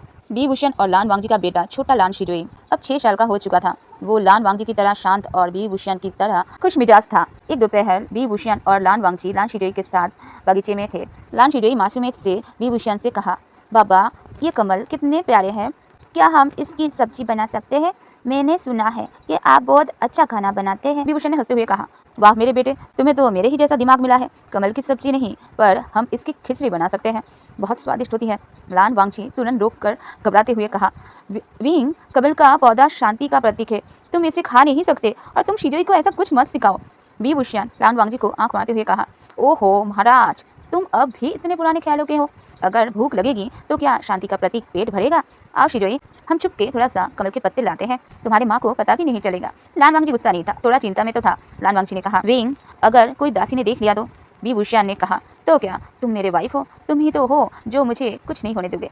चलो शिजोई, तुम तुम्हारी माँ का ध्यान हटाओ। लान शिजोई मासूमियत से लान वांगजी के पास गया और उनका हाथ पकड़ लिया। लान शिजोई ने कहा, क्या आप मुझे गुचिन सिखाएंगे? आपका संगीत बहुत मीठा होता है। लान वांगजी जो अपने बेटे से बहुत प्यार करते थे तुरंत पिघल गए। लान वांगजी ने मुस्कुराते हुए कहा, हाँ जरूर। जब लान वांगजी शिजोई को गुचिन सिखाने लगा तब विभूषण चुपके से गया और 2-3 कमल के पत्ते चुरा लाया। शाम को तीनों खाना खा रहे थे। लान वांगजी हमेशा की तरह शांति से खा रहे थे और विभूषण अपने हाथ का बना हुआ स्पाइसी लोटस खिचड़ी खाकर बहुत खुश था। लान शिजोई ने धीरे से सर झुकाकर कहा, बाबा, माँ, क्या आप दोनों सच में राजा हैं?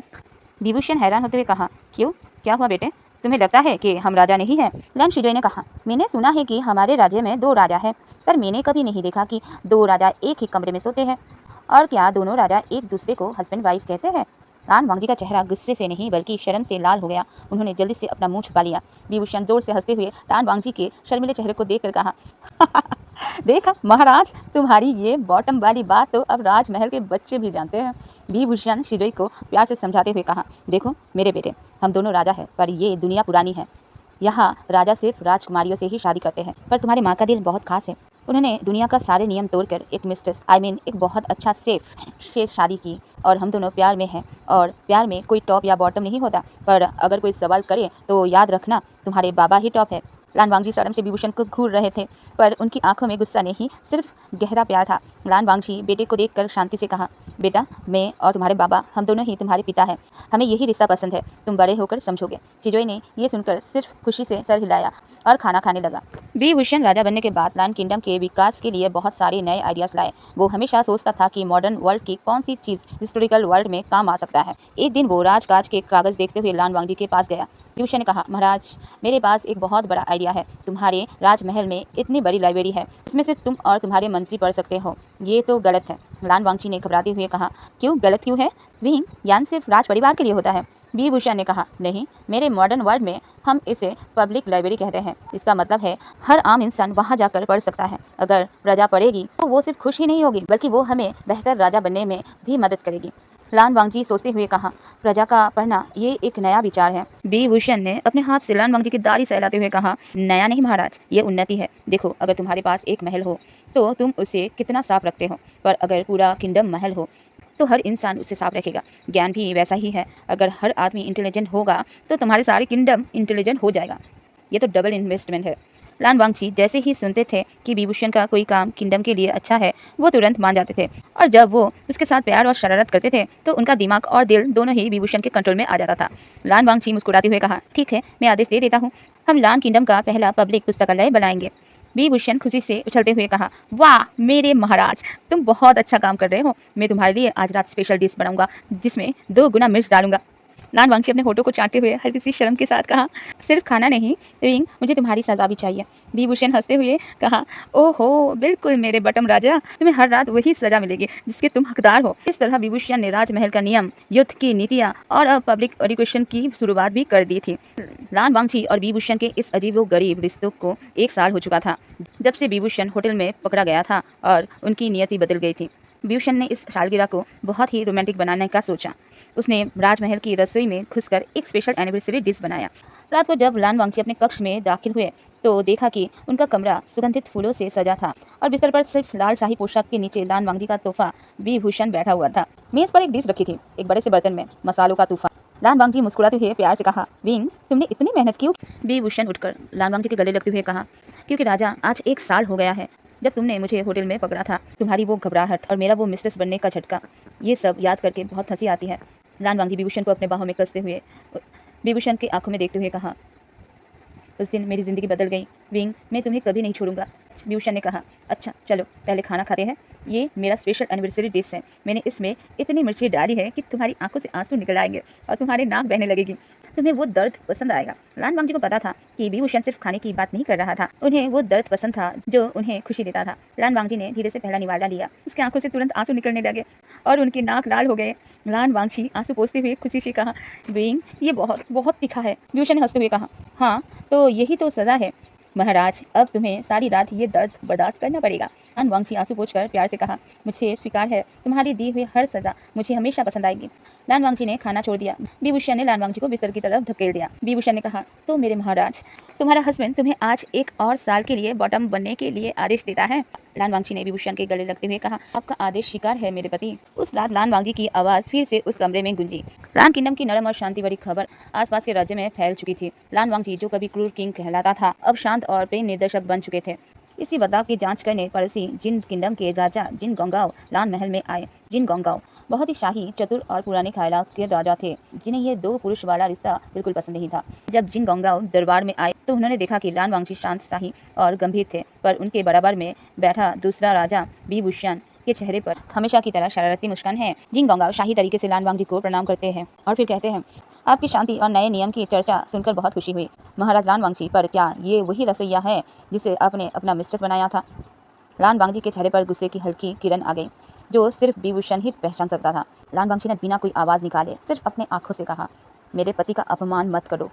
विभूषण तुरंत हंसते हुए जिन गोंगाओ को प्रणाम करते हुए कहा, रसोइया? हाँ मैं रसोइया हूँ महाराज जिन, मैं लान किंगडम को दुनिया का सबसे स्वादिष्ट और तेज किंगडम बना रहा हूँ। मेरा नाम विभूषण है और मैं राजा लान वांगची का पति हूँ। जिन गोंगाओ तो जैसे हैरान रह गए। उन्हें पता था कि विभूषण सिर्फ खाना नहीं बल्कि लान वांगची को सर्वश्रेष्ठ कंट्रोल भी करता है। जिन गोंगाओ ने कहा, महाराज विभूषण, मेरी शुभकामनाएं, पर मैंने सुना है कि आपने अपने बच्चे को स्कूल भेजा है, क्या ये सच है? विभूषण ने कहा, हाँ बिल्कुल, हमारे बेटा लान शिजोई एक छोटी सी पब्लिक शाला में जाता है जिसे हमने खुद खुलवाया है, क्योंकि मैं चाहता हूँ कि वो सिर्फ राजकाज नहीं आम लोगों का दर्द भी समझे। जिन गोंगाओ ने हंसकर लान वांगची की तरफ देखा। जिन गोंगाओ ने ताना मारते हुए कहा, महाराज लान वांगची, ये तो बहुत अजीब बात है, आपका राजकुमार आम लोगों के साथ पढ़ेगा। क्या आपको नहीं लगता कि राजकुमार को सही तरीके से जिद और शासन सिखाया जाना चाहिए? आपकी ये नई नीति से तो लान किंगडम कमजोर पड़ जाएगा। लान वांगची चुप थे, पर उनका गुस्सा बढ़ रहा था। विभूषण ने तुरंत बात को संभाला। विभूषण ने चालाकी से लान वांगची के हाथ पर हाथ रखते हुए कहा, महाराज जिन, आप बिल्कुल सही है, युद्ध जरूरी है, पर मेरे पास युद्ध की नई नीति है, द पब्लिक लाइब्रेरी स्ट्रेटेजी कहती है। विभूषण आगे झुककर रहस्यमयी तरीके से कहा, आपने कहा कि हमारी शक्ति कमजोर हो रही है। बिल्कुल नहीं, पहले हमारे पास सिर्फ एक लान वांगची थे जो युद्ध में माहिर थे, अब हमारे पास हजारों लान वांगची है जो ज्ञान में माहिर है। मेरी नीति यही है, हमने हर गाँव में पब्लिक लाइब्रेरी खोल दिया है। हम अपने गांव को इतना इंटेलिजेंट बना देंगे कि जब आप उन पर हमला करेंगे तो वो तलवार से नहीं बल्कि अपने सोच और विज्ञान से आपको हरा देंगे। वो ऐसी नीति बनाएंगे जो आपके सूरमा राज्य के दिमाग से भी तेज होगी। अगर फिर भी आप हमें परेशान करते हैं तो मैं राजमहल की रस्सी छोड़कर आपके रसोई में घुस जाऊंगा और मैं वहाँ इतनी स्पाइसी चीजें बनाऊंगा कि आपका पेट इतना खराब हो जाएगा कि आप युद्ध का नाम ही नहीं लेंगे। मिर्च का हमला तलवार से भी ज्यादा खतरनाक होता है। जिन गोंगाओ हैरान थे।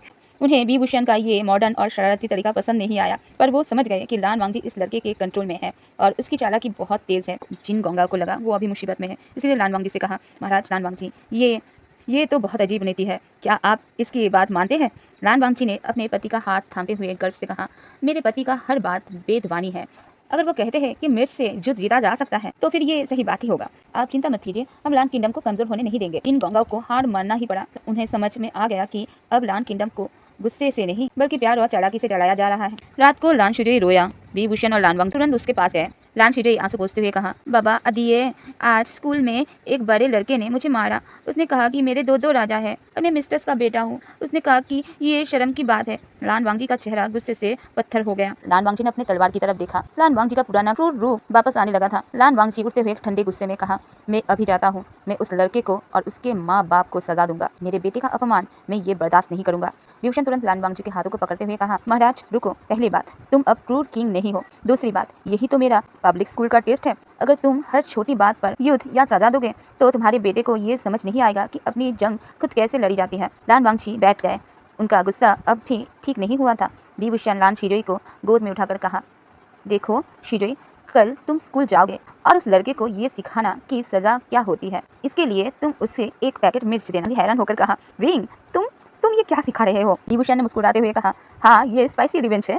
जब वो लड़का वो मिर्च खाएगा तो वो आग उगलेगा और वो समझ जाएगा कि विभूषण के बेटे से पंगा लेना कितना खतरनाक है। और वो ये भी सीखेगा कि तुम्हारे बाबा क्रूर किंग नहीं बल्कि स्पाइसी किंग है। लान शिजोई हंसने लगा। उसे ये आइडिया बहुत पसंद आया। लान वांगजी ने अपने मन में कहा, मेरा पति सच में बहुत ही चालाक है। गुस्से को शांत करने का कितना अच्छा तरीका है।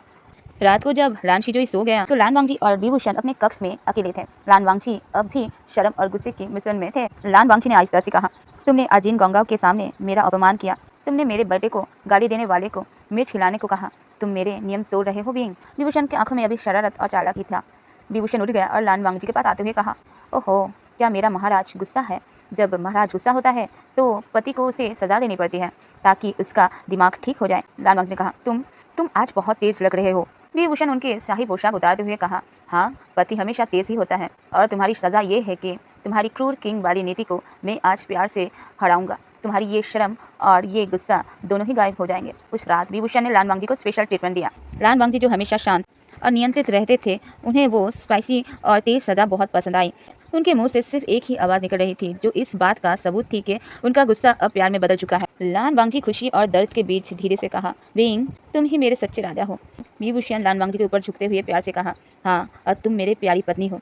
महाराज, अब तुम्हारी क्रूरता गायब, अब सिर्फ प्यार ही बचेगा। अब सुबह लान वांगजी खुशी और नींद से उठे। उनका गुस्सा पूरी तरीके से गायब था। जिन गंगाओं के ताने और बेटे के साथ हुए प्रॉब्लम सब ही भूल चुके थे लान वांगजी अभी। विभूषण ने लान शिजोई को मिर्च का पैकेट दिया और वो हंसते हुए स्कूल चला गया। लान वांगजी ने सिर्फ शर्म से विभूषण की तरफ देखा और चुपचाप अपने हस्बैंड की हर बात मान ली। अगली दोपहर लान शिजोई स्कूल से लौटा। उसका चेहरा खुशी से दमक रहा था। लान शिजोई भागते हुए आया और कहा, बाबा, आपका आइडिया काम कर गया।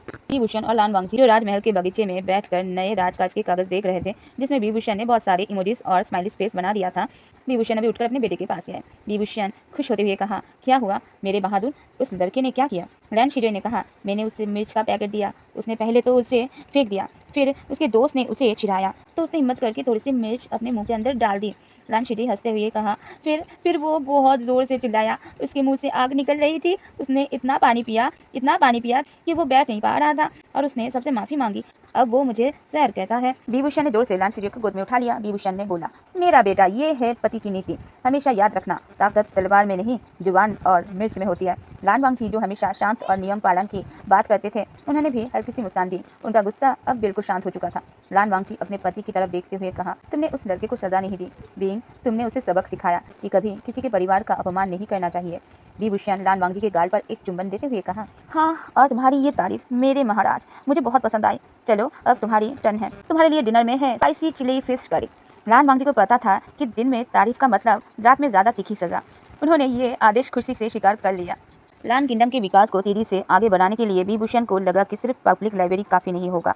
लोगों को रोज की खबरें और नए ज्ञान जल्दी पहुंचाना जरूरी है। एक दिन विभूषण ने राजमहल के दरबारिस और लान वांगजी को बुलाया। विभूषण अपने हाथ में लकड़ी के कुछ ब्लॉक्स और कागज लिए हुए खड़ा था।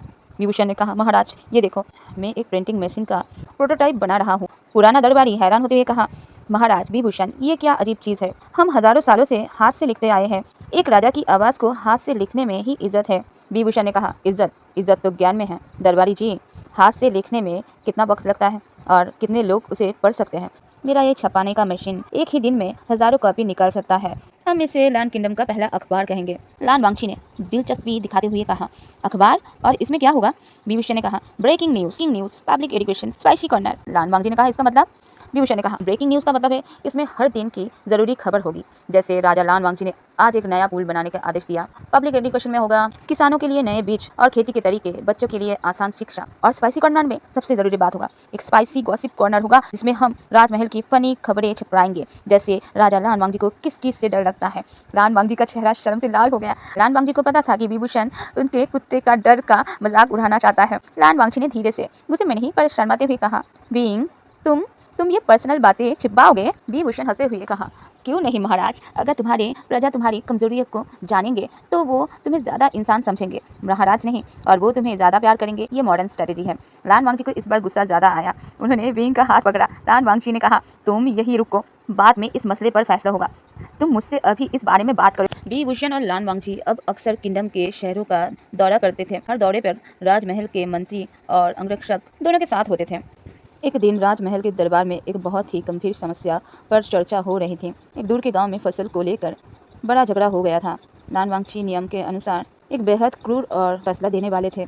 लान वांगची अपनी आवाज में गंभीरता लाते हुए बोला, क्योंकि इस गांव ने राजमहल के नियम तोड़े हैं, इसलिए मैं आदेश देता हूँ कि इस गाँव के मुखिया को।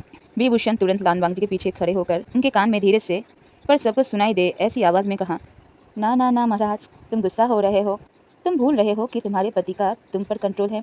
तुम्हें हर चीज़ में बैलेंस रखना चाहिए। अगर तुम गुस्सा हुए तो मैं आज में बिना मिर्च का खाना दूंगा।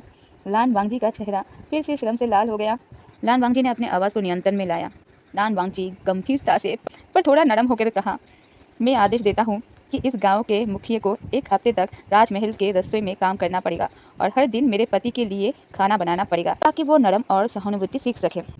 सारा दरबार हैरान था। सजा की जगह रसोई में काम, ये लान वांगची का बहुत ही नया अंदाज था। विभूषण खुश होते हुए लान वांगची के सर पर हल्के से थपकी देते हुए कहा, बहुत खूब मेरे राजा, अब ये हुई ना राजा वाली बात।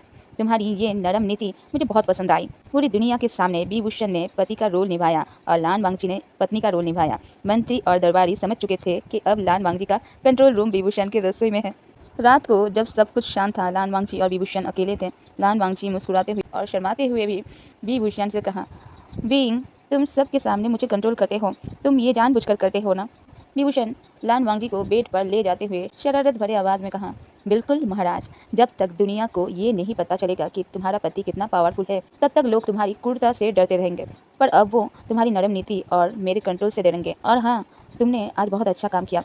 तुमने मेरे अखबार की बात नहीं मानी, पर तुमने मेरा सलाह माना, तो तुम्हारी सजा थोड़ी मीठी होगी। लान वांगची की आंखें चमक उठी। उन्हें विभूषण की मिर्च भरी सजा बहुत पसंद थी, पर ये मीठी सजा क्या है? लान वांगची उत्तेजना से पूछा, मीठी? विभूषण ने कहा, हाँ, आज रात तुम्हारी सजा ये है कि मैं तुम्हें नहीं छूऊंगा। अब बस तुम सोचते रह जाओगे कि कब मैं तुम्हें छूऊंगा। लान वांगची का मुंह हैरानी से खुल गया। ये सजा उनके लिए मिर्च से ज्यादा खतरनाक है। लान वांगची घबराते हुए कहा, नहीं विंग, ये सजा ये गलत है, मैं तुम्हें आदेश देता हूँ, तुम मुझे सजा दो। विभूषण ने हंसते हुए उन्हें गले लगाते हुए कहा, नहीं मेरे महाराज, तुम्हारे पति का आदेश यही है, पर अगर तुम मेरे अखबार की बात मान लो और उसमें राजा का कुत्ता का डर चबा दो, तो मैं तुम्हें माफी दे सकता हूँ। लान वांगची एक पल के लिए सोचते रहा, पर्सनल इज्जत या रात की खुशी। लान वांगची आंखें बंद करते हुए हार मानते हुए कहा, ठीक है विंग, मैं हार मानता हूँ, हम अखबार छपाएंगे और उसमें तुम्हारी मर्जी की गॉसिप भी छपाएंगे। विभूषण खुशी से लान वांगची के ऊपर कूद गया। विभूषण ने कहा, मेरे महाराज, तुम ही तो मेरे परफेक्ट बॉटम हो। इस रात विभूषण ने लान वांगची को डबल स्पाइसी खुशी दी और अगली सुबह लान किंगडम का पहला अखबार छापने की तैयारी शुरू हो गई।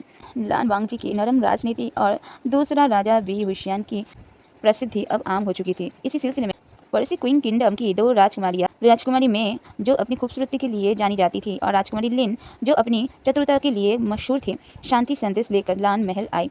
राजकुमारियों ने राजा लान वांगची को देखा। वो अब भी बहुत हैंडसम, शांत और शाही थे, पर उनकी नज़र तुरंत राजा विभूषण पर गई, जो दरबार में हमेशा की तरह हंसी और शरारत से भरे रहते थे।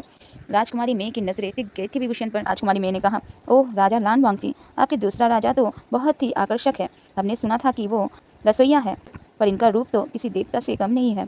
लान वांगची चुप थे, पर उनका चेहरा हल्का सा सफेद पड़ गया था। उन्हें जल्दी ही जेलसी का अनुभव होने लगा, जो उनके लिए एक नया और डरावना एहसास था। राजकुमारी लिन विभूषण की तरफ झुककर नरम आवाज में कहती है, महाराज विभूषण, हमने सुना है कि आप बहुत स्वादिष्ट खाना बनाते हैं।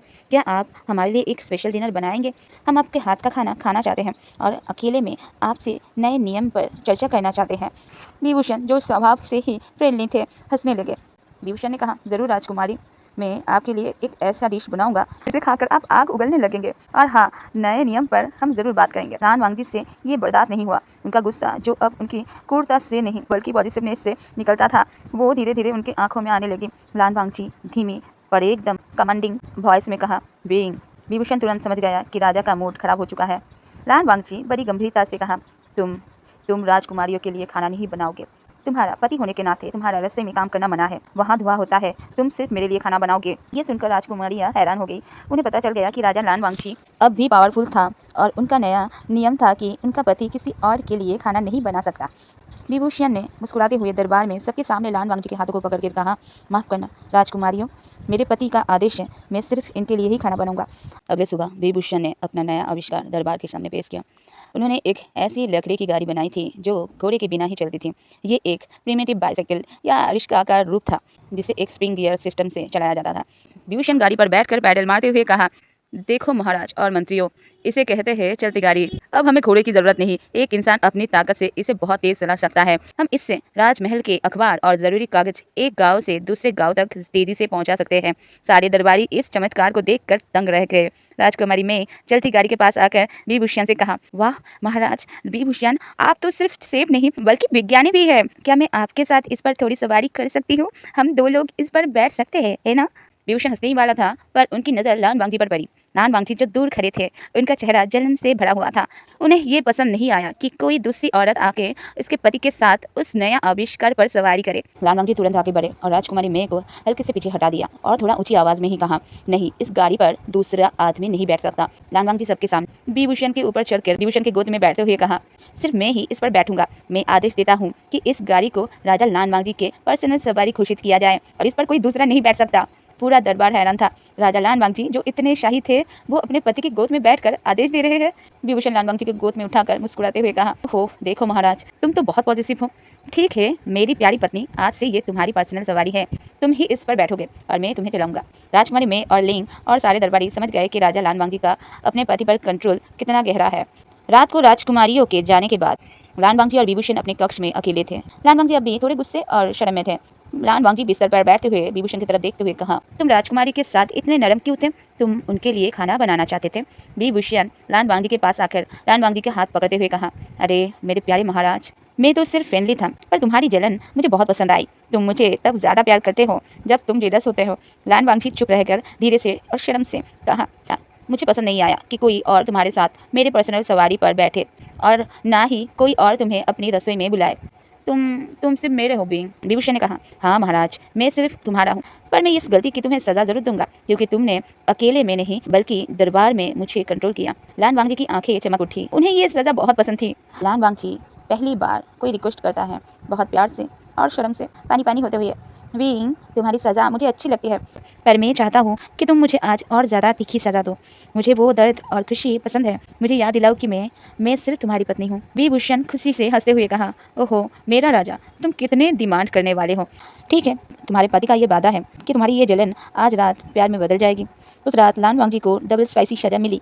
इनकी आवाज़ जो हमेशा शांत रहती थी, वो हर बार जोर जोर से गूंजने लगी, जो इस बात का सबूत थी कि उनका गुस्सा और जलन अब प्यार और सबमिशन में बदल चुकी थी। उन्हें ये एहसास पसंद था कि वो क्रूर किंग होते हुए भी अपने सेफ हस्बैंड के लिए पत्नी बनके रहना चाहता। अगली सुबह लान किंगडम का पहला अखबार छपकर राजमहल में आया। सारे दरबारी और लान वांगजी ने उसे पढ़ना शुरू किया। पहले पन्ने पर विभूषण की चलती गाड़ी की खबर थी और बीच में एक छोटा सा कॉर्नर था जिसके लिए लान वांगजी ने अपनी इज्जत दांव पर लगा दी थी। अखबार का स्पाइसी गॉसिप कॉर्नर।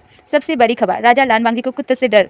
हमारे पहले राजा लान वांगजी जो इतने शक्तिशाली है, उन्हें कुत्तों से डर लगता है। हमारे दूसरी राजा विभूषण ने इस बात की पुष्टि की है, इसलिए राजमहल में कुत्तों का आना सख्त मना है। अगर आप आपके राजा से मिलना चाहते हैं तो ध्यान रखें कि आपके पास कोई कुत्ते का बच्चा ना हो। राजा का नया शौक। राजा लान वांगजी को अपने पति की गोद में चलती गाड़ी में सवारी करना बहुत पसंद है।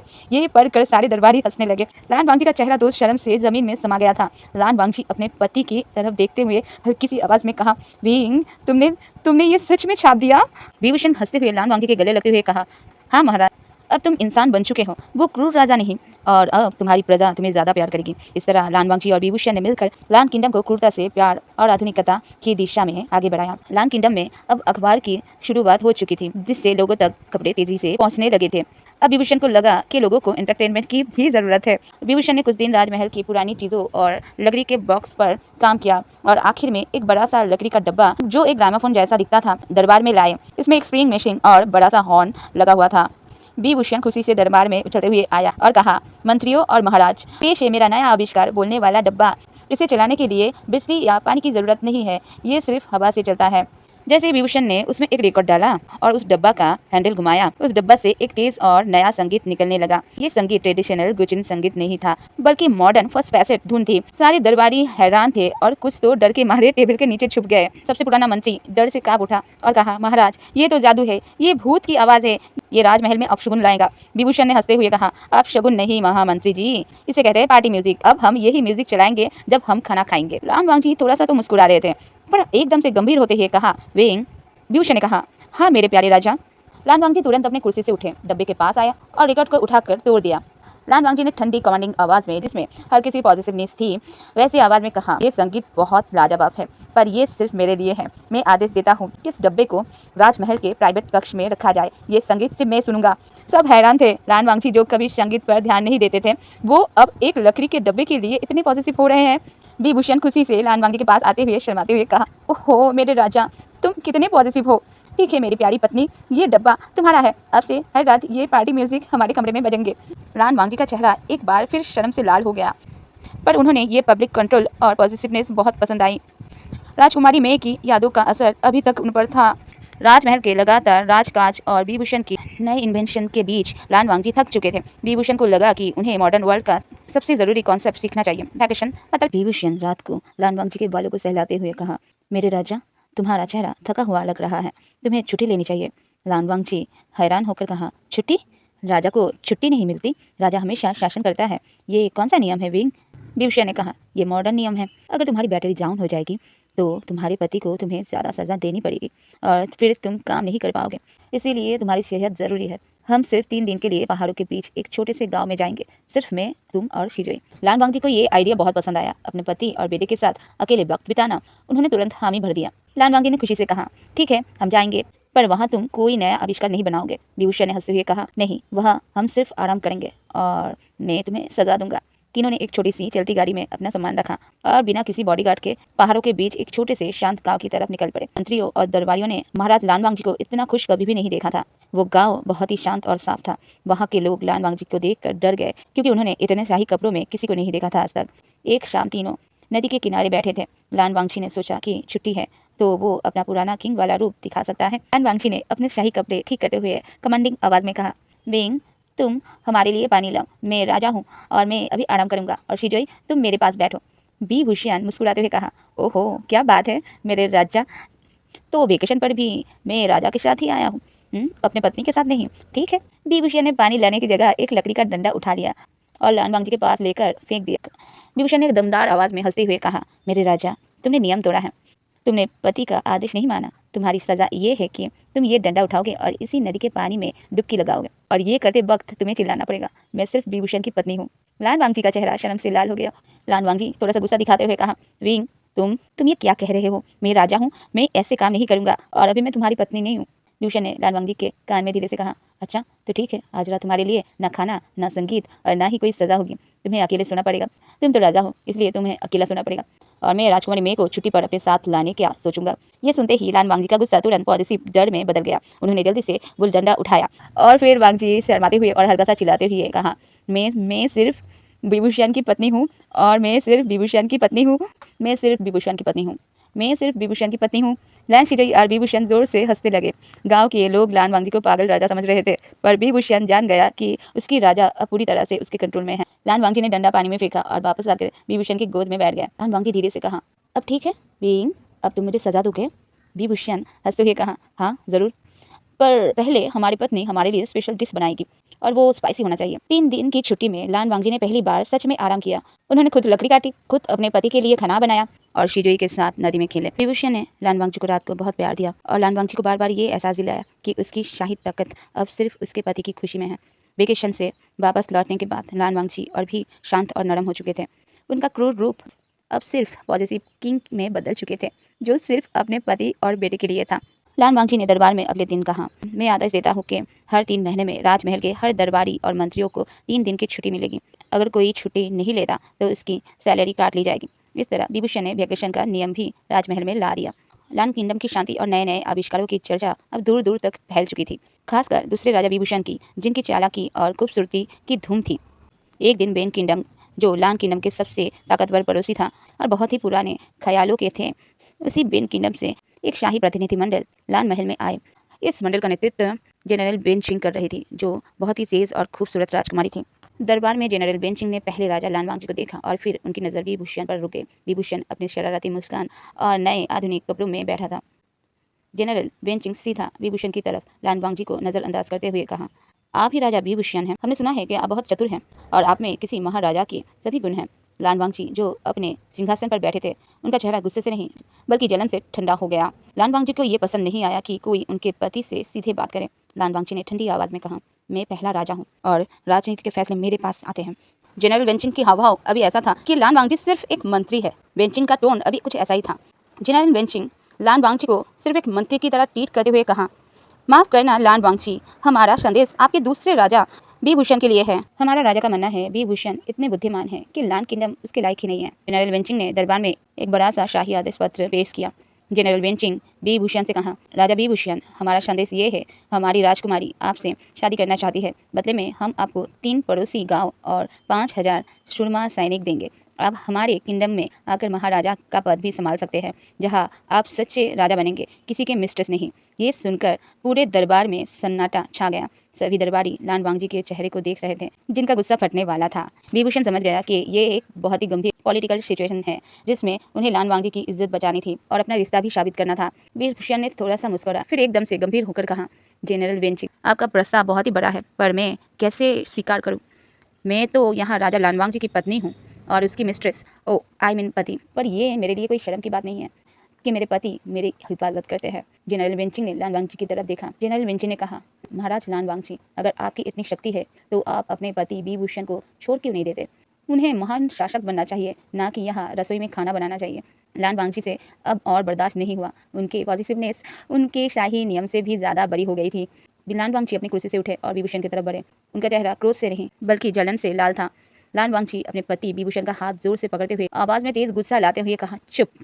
पूरा दरवाजी थरथर कांप उठा। लान वांगची का ये रूप उनके क्रूर रूप से भी ज्यादा डरावना था, क्योंकि ये प्यार के कारण।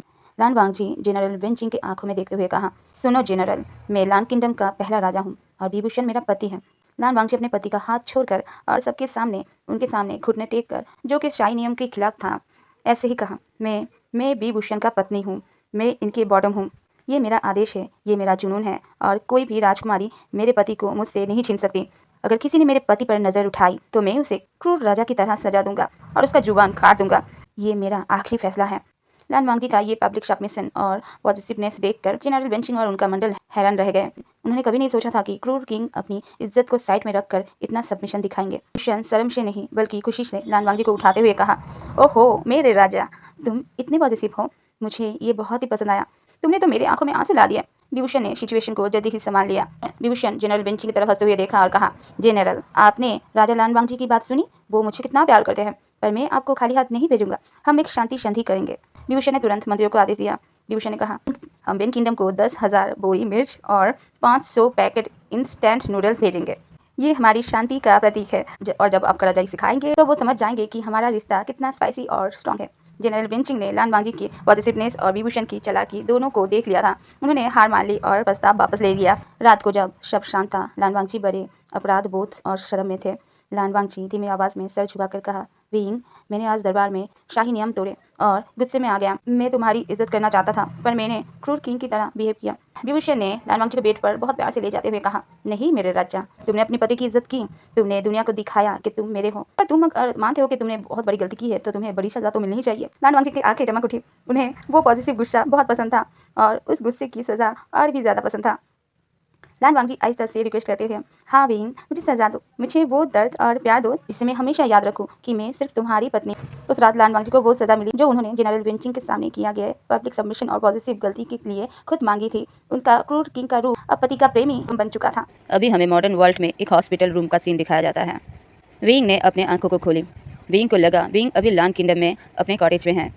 वो एक सफ़ेद चकाचौंध रोशनी वाले कमरे में है। आसपास शीशे की खिड़कियां थी। विंग के हाथ में एक सफ़ेद धागा मतलब आईवी लाइन लगा हुआ था और विंग की शरीर एक मुलायम गद्दा मतलब हॉस्पिटल बेड पर लेटा हुआ था।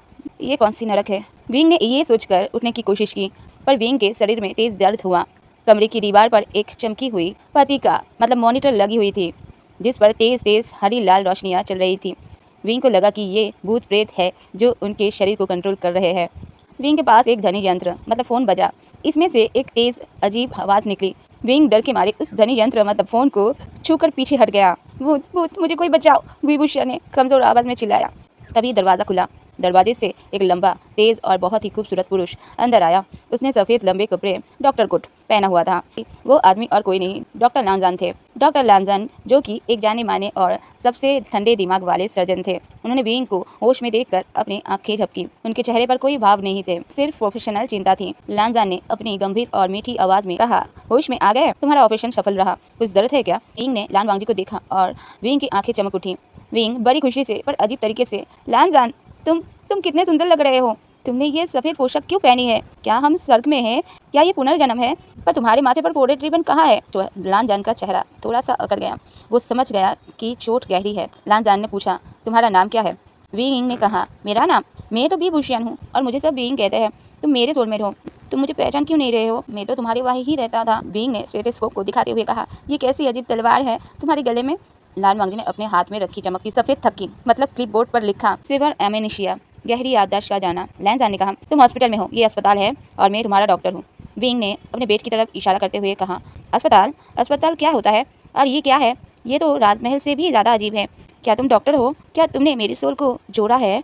लांजान समझ गया कि ये मामला सिर्फ याददाश्त जाने की नहीं है, बल्कि अजीबोगरीब बातों का है। लांजान ने अपने सीनियर डॉक्टर से बात की। सबका यही कहना था कि ये शायद गहरी चोट के कारण उनके दिमाग में कुछ भ्रम पैदा हो गया होगा। लेकिन लान वांगजी का दिल किसी अनजान रिश्ते की तरफ खींचे जा रहा था। ये बीइंग जिसकी याददाश्त चली गई थी, वो हमेशा लान वांगजी को लांजान और सोलमेट कहकर बुलाता था। शाम को लान वांगजी अकेले विभूषण के कमरे में आए। विभूषण अभी भी उस चमकती कांच की पट्टिका मतलब टीवी को घूर रहे था, जिस पर भयानक तेज भागती हुई गाड़ियां मतलब रेसिंग कार दिख रही थी। विंग ने कहा, लांजान, ये कितना अजीब है। ये गाड़ियां बिना घोड़े के कैसे चल रही है? क्या ये जादू है? क्या हम भविष्य में हैं? और ये सब लोग कितने बेकार कपड़े पहनते हैं। इन्हें तो शाही पोशाक की समझ ही नहीं है। लांजान मुस्कुराने वाला था, पर उन्होंने खुद को रोक लिया। लांजान को विभूषण की बचकानी मासूमियत अच्छी लग रही थी। लान वांगजी ने अपने डॉक्टर वाली आवाज़ में कहा, तुम ठीक हो? ये मॉडर्न दुनिया है और ये सब विज्ञान मतलब साइंस से चलता है। विंग ने लान वांगजी के हाथों को पकड़ते हुए बड़े प्यार से कहा, विज्ञान? हम तो तलवार से लड़ते थे। लांजान धीमी आवाज़ में, जिसकी आवाज़ में अभी एक छुपी हुई बेचैनी थी। लांजान ने कहा, तुम किस ज़माने की बात कर रहे हो? मुझे कुछ याद नहीं। विंग की आंखों में आंसू आ गए। तो क्या तुम सच में मुझे भूल गए? तो क्या अब तुम वो ठंडे क्रूर लांजान नहीं हो? लांजान ने देखा कि जब विंग रोने लगता है तो लांजान को बहुत तकलीफ होती है। वो अपने प्रोफेशनल नियम तोड़कर विंग के पास बैठ जाता है। लांजान ने अपने हाथ से विंग के आंसू पोंछते हुए कहा, तुम्हें रोने की ज़रूरत नहीं है। मैं तुम्हें बुला नहीं हूँ, मैं बस तुम्हें जाने की कोशिश कर रहा हूँ। जब तक तुम नहीं ठीक हो जाते मैं तुम्हारे साथ रहूँगा। विंग बहुत मासूमियत से लांजान की आंखों में देखते हुए कहा, तुम सच कह रहे हो? तुम मुझे फिर से नहीं छोड़ोगे? तुम मुझे कॉटेज में बंद नहीं करोगे? ये बोलने के बाद ही विंग ने लांजान को जोर से गले लगा लिया। विंग ने लांजान के कान में धीरे से कहा, मेरे लांजान, मुझे पता था तुम कितने भी डॉक्टर या कुड़ बन जाओ, तुम हमेशा मेरे पास ही आओगे। मैंने 5 साल तुम्हारा इंतज़ार किया था। अब तुम्हें मेरी सारी बातें माननी पड़ेगी। तुम्हारी सज़ा ये है कि तुम मुझे इस मॉडर्न दुनिया के बारे में सब कुछ बताओगे और तुम्हें आज रात मेरे पास ही सोना पड़ेगा। लांजान का चेहरा अब शर्म से लाल हो गया। लांजान ने हल्के से विंग को अपने से दूर करते हुए कहा, ये हॉस्पिटल है विंग, मैं यहाँ नहीं सो सकता और तुम मेरे पेशेंट हो। विंग ने थोड़ा नखरा दिखाते हुए कहा, तो क्या पेशेंट को प्यार और दुलार भी चाहिए? तुम ही तो कह रहे थे कि तुम मुझे नहीं छोड़ोगे। लांजान को हार माननी पड़ी।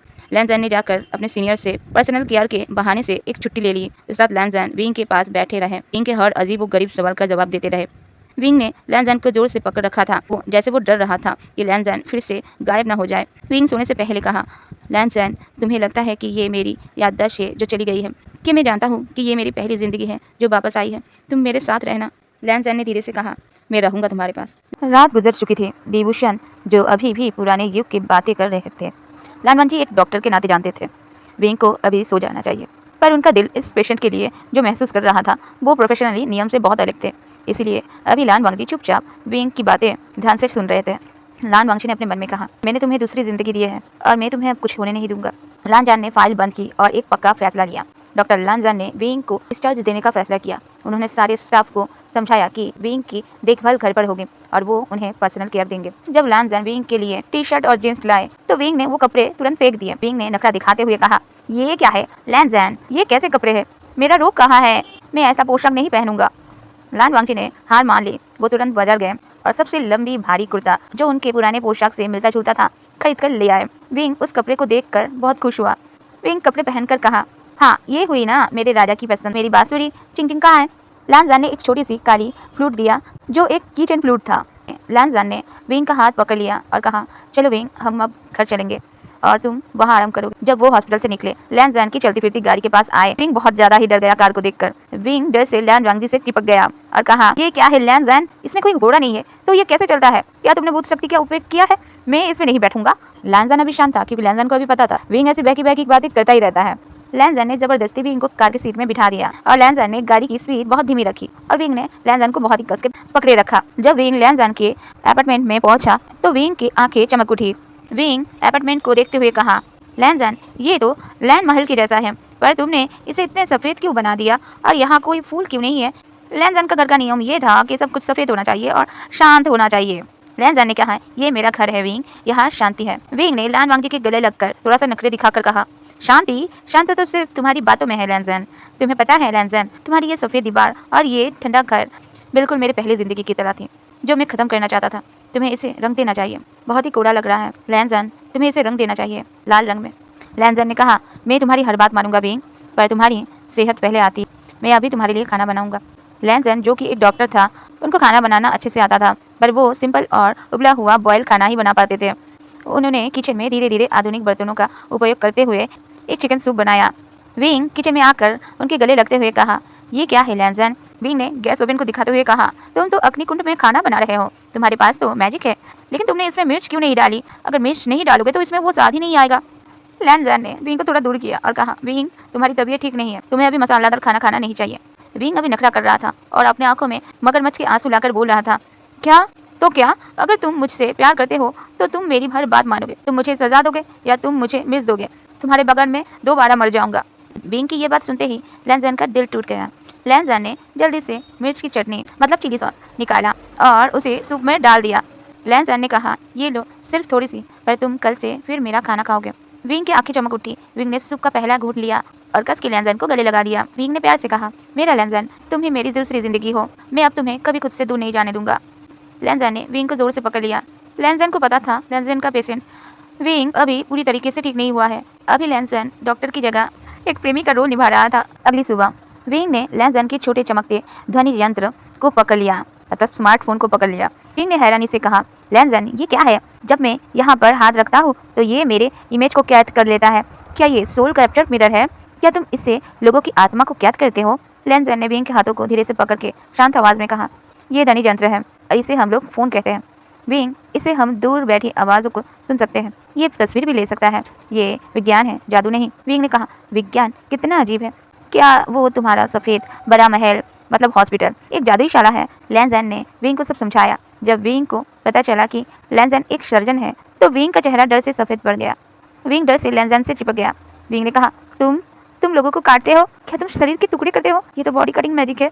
तुम इतने क्रूर हो लान जान, मुझे लगा कि तुम नरम हो चुके होगे, मुझे लगा तुम इस वर्ल्ड में थोड़ा नरम दिल के होगे। लान जान विंग को प्यार से सहलाते हुए कहा, नहीं विंग, मैं लोगों को जोड़ता हूँ, काटता नहीं। जब लोगों को चोट लगती है तो मैं उनके शरीर को ठीक करता हूँ। विंग ने अपने आंसू भरी नजरों से लान जान के डॉक्टर को जोर से खींचते हुए कहा, नहीं, मुझे ये सब पसंद नहीं। नहीं, तुम ये सारा काम नहीं कर सकते, तुम मेरे पति हो, तुम ऐसा काम नहीं कर सकते हो, तुम्हें ये खतरनाक काम छोड़ना पड़ेगा। मैं तुम्हें आदेश देता हूँ, तुम ये सारा काम छोड़ दो। लान जान को विंग की क्यूट हरकतें अभी पसंद आ रही थी। लान जान ने विंग के हाथ पकड़ लिया। विंग के हाथों को पकड़कर विंग की आंख में देखते हुए कहा, ठीक है, मैं अभी काम पे थोड़ा कम ही जाऊंगा, पर तुम्हारी सेहत ठीक करने के लिए मुझे इस काम में रहना ही पड़ेगा। मैं तुम्हें वादा करता हूँ कि मैं हमेशा तुम्हारा रहूंगा। लान जान ने सोचा विंग को मॉडर्न कपड़े पहनने की आदत डालनी चाहिए और विंग को दुनिया भी देखना चाहिए। जब वो दोनों एक बड़े से बाजार मतलब मॉल में पहुंचे तो विंग हैरान था उस विंग को लगा ये कोई जादुई शहर है जहाँ सब कुछ चमकता है।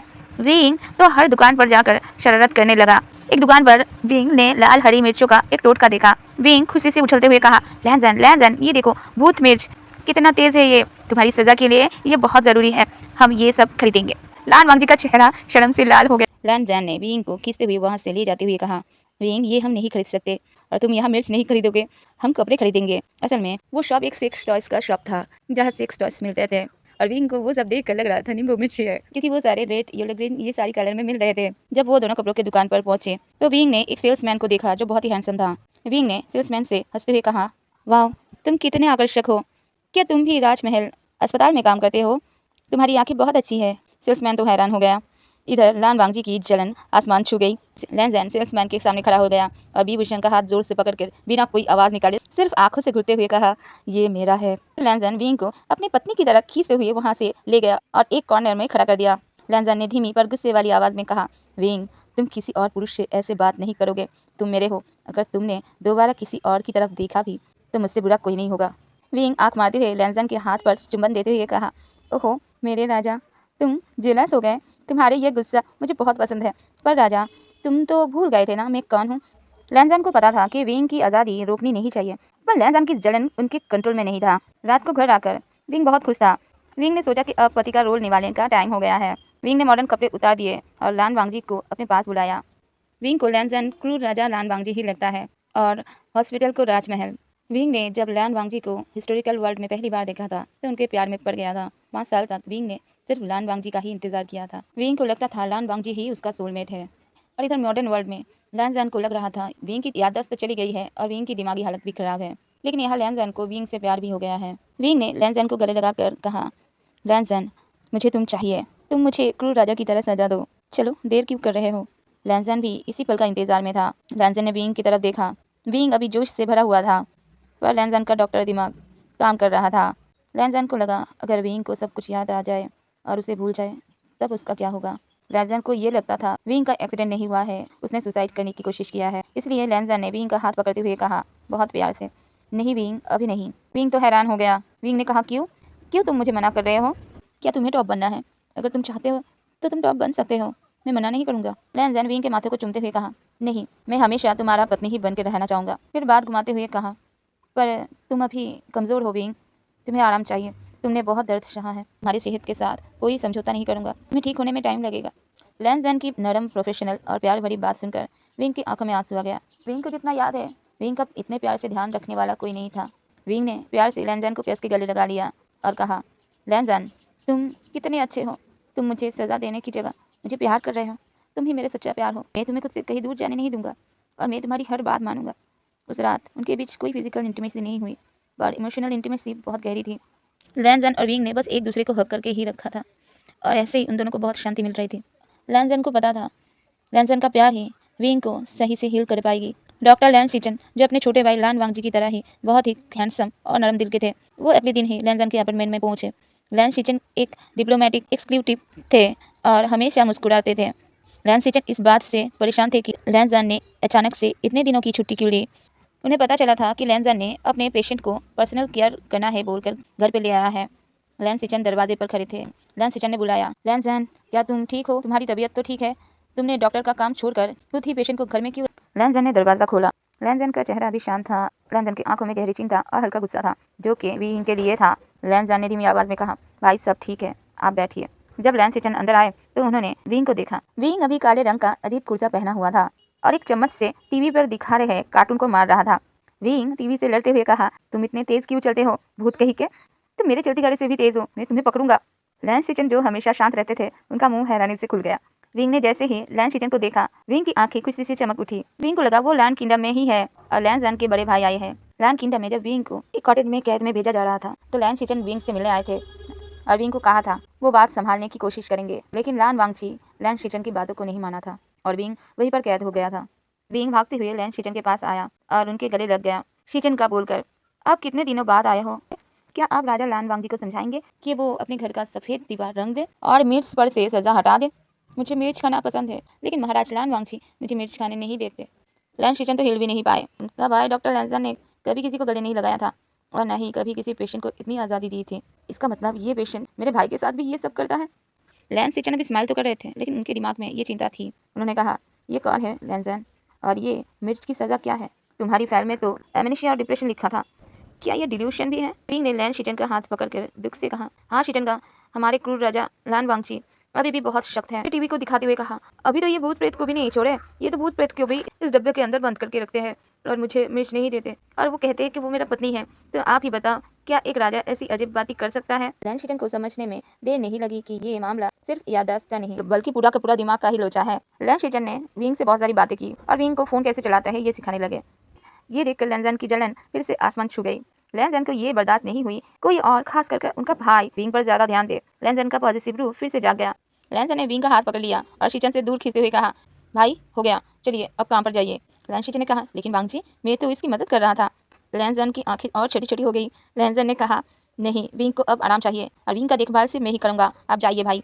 लैंजन ने साफ साफ बोल दिया, विंग मेरा है, चाहे वो पेशेंट हो या मेरा सोलमेट। विंग खुशी से लैंजन को गले लगाकर शिचन को चिढ़ाते हुए कहा, सुना सिचंगा, मेरा राजा अभी भी क्रूर है, वो मुझे किसी और के साथ नहीं देख सकते, आप जाइए, अब हम दोनों अकेले रहेंगे। लैन शिचन समझ गए कि लैंजन विंग के लिए कितना पॉजिटिव हो चुका है। उनके चेहरे पर अभी एक स्माइल था। उनको भी लगा कि अब वहाँ से उनको जाना चाहिए। लैन शिचन ने जाते हुए लैंजन के कान में धीरे से कहा, लैंजन, तुम डॉक्टर हो, पर मुझे लगता है कि तुम पेशेंट भी हो। तुम्हारी जलन तुम्हारे प्यार की निशानी है, बस इसका ध्यान रखना कि तुम्हारे प्यार की वजह से इसे चोट ना पहुंचे। मैं चाहता हूँ तुम दोनों हमेशा एक साथ रहो। लैन शिचन चले गए तो विंग ने लैंजन को दीवार से सटा दिया। विंग के चेहरे पर अब एक शरारती मुस्कान था। विंग ने लैंजन के आंखों में देखते हुए कहा, ओहो मेरे राजा, तुम कितने जेलस हो, तुम तो सीजन का को भी मेरे पास आने नहीं दे रहे हो कि मैं तुम्हारे बड़े भाई को पसंद करने लगूंगा। लैंजन चुप था। उन्हें पता था कि वो गलती कर रहे हैं, पर विंग की दिमागी हालत और उनका सोच के विंग ने सुसाइड करने की कोशिश की थी। और उसके बाद विंग की ये मासूम प्यार भरा चेहरा ये लान वांगजी को इतना डराता था कि वो पॉजिटिव बन जाता था। लैंजन ने धीमी आवाज में कहा, मैं तुम्हें खोना नहीं चाहता विंग, तुम सिर्फ मेरे हो। विंग प्यार से लैंजन का चेहरा पकड़ते हुए कहा, हाँ मेरे राजा, मैं सिर्फ तुम्हारा हूँ। मैंने बहुत साल तक तुम्हारा इंतजार किया था, पर तुम मुझे भूल गए थे और इसकी तुम्हें सजा मिलेगी। विंग हंसते हुए कहा, तुम्हारी सजा ये है कि तुम्हें मुझे आज मॉडर्न म्यूजिक सुनाना पड़ेगा और इस बोलने वाला डब्बा को चलाते हुए तुम्हें मेरे साथ नाचना पड़ेगा। तुम्हें मेरी सारी आदर्श मानना पड़ेगा। लैंजन को ठीक से नाचना नहीं आता था, लेकिन अपने प्यार के लिए लैंजन ये भी कर लेगा। इसलिए लैंजन ने हल्का सा सर हिलाया और अपने सर को हाँ में नोट करके कहा, ठीक है। लैंजन ने उस रात विंग के लिए मॉडर्न पार्टी म्यूजिक बजाया और विंग के साथ नाचा भी। लैंजन अगले दिन अपने काम पर लौट गया। उन्होंने विंग को छोटा चमकता ध्वनि यंत्र मतलब स्मार्टफोन और लकड़ी का डब्बा जो है एक लैपटॉप दे दिया, ये सोचकर कि वो उसमें ज्ञान की बातें सीखेगा। लैंजन ने कहा कि ये ग्लोबल ज्ञान भंडार मतलब इंटरनेट है। विंग लैपटॉप को घूरते हुए कहा, लैंजन, देखते हैं कि इसमें मेरे क्रूर राजा की कोई खबर है या नहीं। विंग ने बहुत मुश्किल से लैंजन का नाम सर्च किया। उसको मॉडर्न दुनिया में लैंजन की सिर्फ एक ही तस्वीर मिली, डॉक्टर की सफेद पोशाक मतलब लैब कोट में, बहुत ही गंभीर चेहरे के साथ। विंग ने हंसते हुए कहा, हा मेरे राजा, तुम तो यहाँ भी क्रूर ही लग रहे हो, पर तुम्हारी पत्नी का फर्ज है कि तुम्हें इंसान बना दे। विंग ने तुरंत एक एडिटिंग ऐप जिसे वो रंग बदलने वाला जादू समझ रहा था उसका उपयोग किया। विंग ने लैन वांगजी के माथे पर जहाँ फोरहेड रिबन बंधा हुआ रहता था वहाँ एक चिली मिर्च का स्टिकर लगा दिया। लैन जन के कंधे पर एक छोटा सा काले कुत्ते का बच्चा मतलब डॉग इमोजी लगा दिया और फोटो के नीचे लिख दिया, क्रूर डॉक्टर जो सिर्फ मिर्च और कुत्ते से डरता है। और वी ने उस तस्वीर को एक बड़े से सोशल मीडिया प्लेटफॉर्म में पोस्ट कर दिया। कुछ ही देर में लैन जैन का फोन वाइब्रेट करने लगा और उन्हें लगातार मैसेज आने लगे। लैन जैन हॉस्पिटल में सर्जरी की तैयारी कर रहा था। वो पूरी तरह से फोकस में था, पर लैन जैन का दिल विंग के लिए चिंता कर रहा था। खासकर उसे चिंता हो रहा था विंग ने सुसाइड करने की कोशिश किया था। लैन जैन ने अपने घर में विंग पर नजर रखने के लिए एक सीसीटीवी कैमरा लगा कर रखा था, इसलिए मोबाइल में घर में क्या हो रहा है ये देखने लगा। विंग ने जरूर किचन में आग लगा दी होगी। लैन जैन ने देखा विंग बहुत खुश है, वो बोलने वाला डब्बा चला रहा है। फिर किचन में चला गया नाश्ते नाश्ते और एक बड़े से बर्तन में मसालादार कुछ चीजें बनाने की कोशिश कर रहा है। लैन को शांति मिली, उनका सोलमेट जिंदा है और खुश है और मिर्च की खुशबू से भरा हुआ है। लैन का डॉक्टर का दिल अभी एक हस्बैंड के दिल में बदल चुका था, जो दिल अभी अपने हस्बैंड को बहुत प्यार करने लगा था। लैन ने अपने मन में कहा, तुम्हें हमेशा खुश रहना चाहिए विंग, तुम जैसे बोलते हो मैंने तुम्हें अकेला छोड़ दिया था, मुझे इस बारे में कुछ नहीं पता, लेकिन मैं तुम्हें फिर से दोबारा अकेले नहीं छोड़ूंगा, तुम सिर्फ मेरे हो विंग। तभी लैन के एक सीनियर डॉक्टर ने लैन को बुलाया।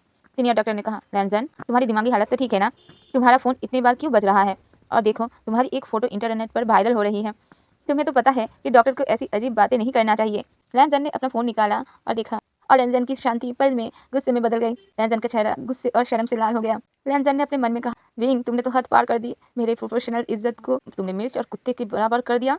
लैन ने तुरंत सर्जरी छोड़ दी। लैन ने ऐसा पहले कभी नहीं किया था। लैन ने तुरंत अपने डॉक्टर की पोशाक उतार दी और घर की तरफ तेज रफ्तार से चल दिया। लैनजन जब घर पहुंचा तो उसके चेहरे पर गुस्सा नहीं बल्कि उदासी और निराशा था। लैनजन घर में पहुंचा। विंग जो अभी किचन में था लैनजन को देखते ही जोर से चीख कर लैनजन का स्वागत किया। विंग खुशी से लैनजन को गले लगाते हुए कहा, मेरे राजा तुम इतने जल्दी क्यों आ गए? तुम्हें सजा चाहिए क्या? इसलिए ना मैंने तुम्हारे लिए स्पेशल डिश बनाया है जिसमें 3 गुना मिर्च है। लैनजन ने विंग को अपने से दूर किया। लैनजन थोड़ा सा उदासी और धमकी भरी आवाज में कहा, विंग तुमने मेरा अपमान किया, तुमने मेरी प्रोफेशनल इज्जत बर्बाद कर दी। तुम्हें पता है कि मैं तुम्हें ठीक करने के लिए कितना मेहनत कर रहा हूँ? विभूषण का शरारती चेहरा धीरे धीरे दुखी होने लगा। विंग को लगा कि विंग ने लैनजन को चोट पहुंचाया है। विंग ने सर झुका लिया और पछताते हुए कहा, मैं नहीं जानता था लैनजन, मुझे नहीं लगा था तुम्हें बुरा लगेगा। मैं तुम्हें दुखी करना नहीं चाहता था। मैं तुमसे माफी मांगता हूँ। लैनजन ने देखा विंग सच में दुखी था और ये देखकर लैनजन का गुस्सा तुरंत प्यार में बदल गया। लैनजन ने विंग को प्यार से पकड़ते हुए कहा, ठीक है विंग, पर तुम्हारी ये गलती बहुत बड़ी है, ये सजा मिलेगी। विंग डर से आंखें बंद करते हुए कहा, हाँ जो भी सजा हो मुझे दे सकते हो, मुझे मार भी सकते हो, पर मुझे अकेले मत छोड़ना लैनजन, मैं और अकेला नहीं रहना चाहता। लैनजन विंग के आंखों में देखते हुए कहा, तुम्हारी सजा ये है? विंग तुम्हें लगता है ना कि तुम मेरे हस्बैंड हो, लेकिन आज तुम्हें मेरी वाइफी बनना पड़ेगा। विंग की आंखें हैरानी से खुल गई।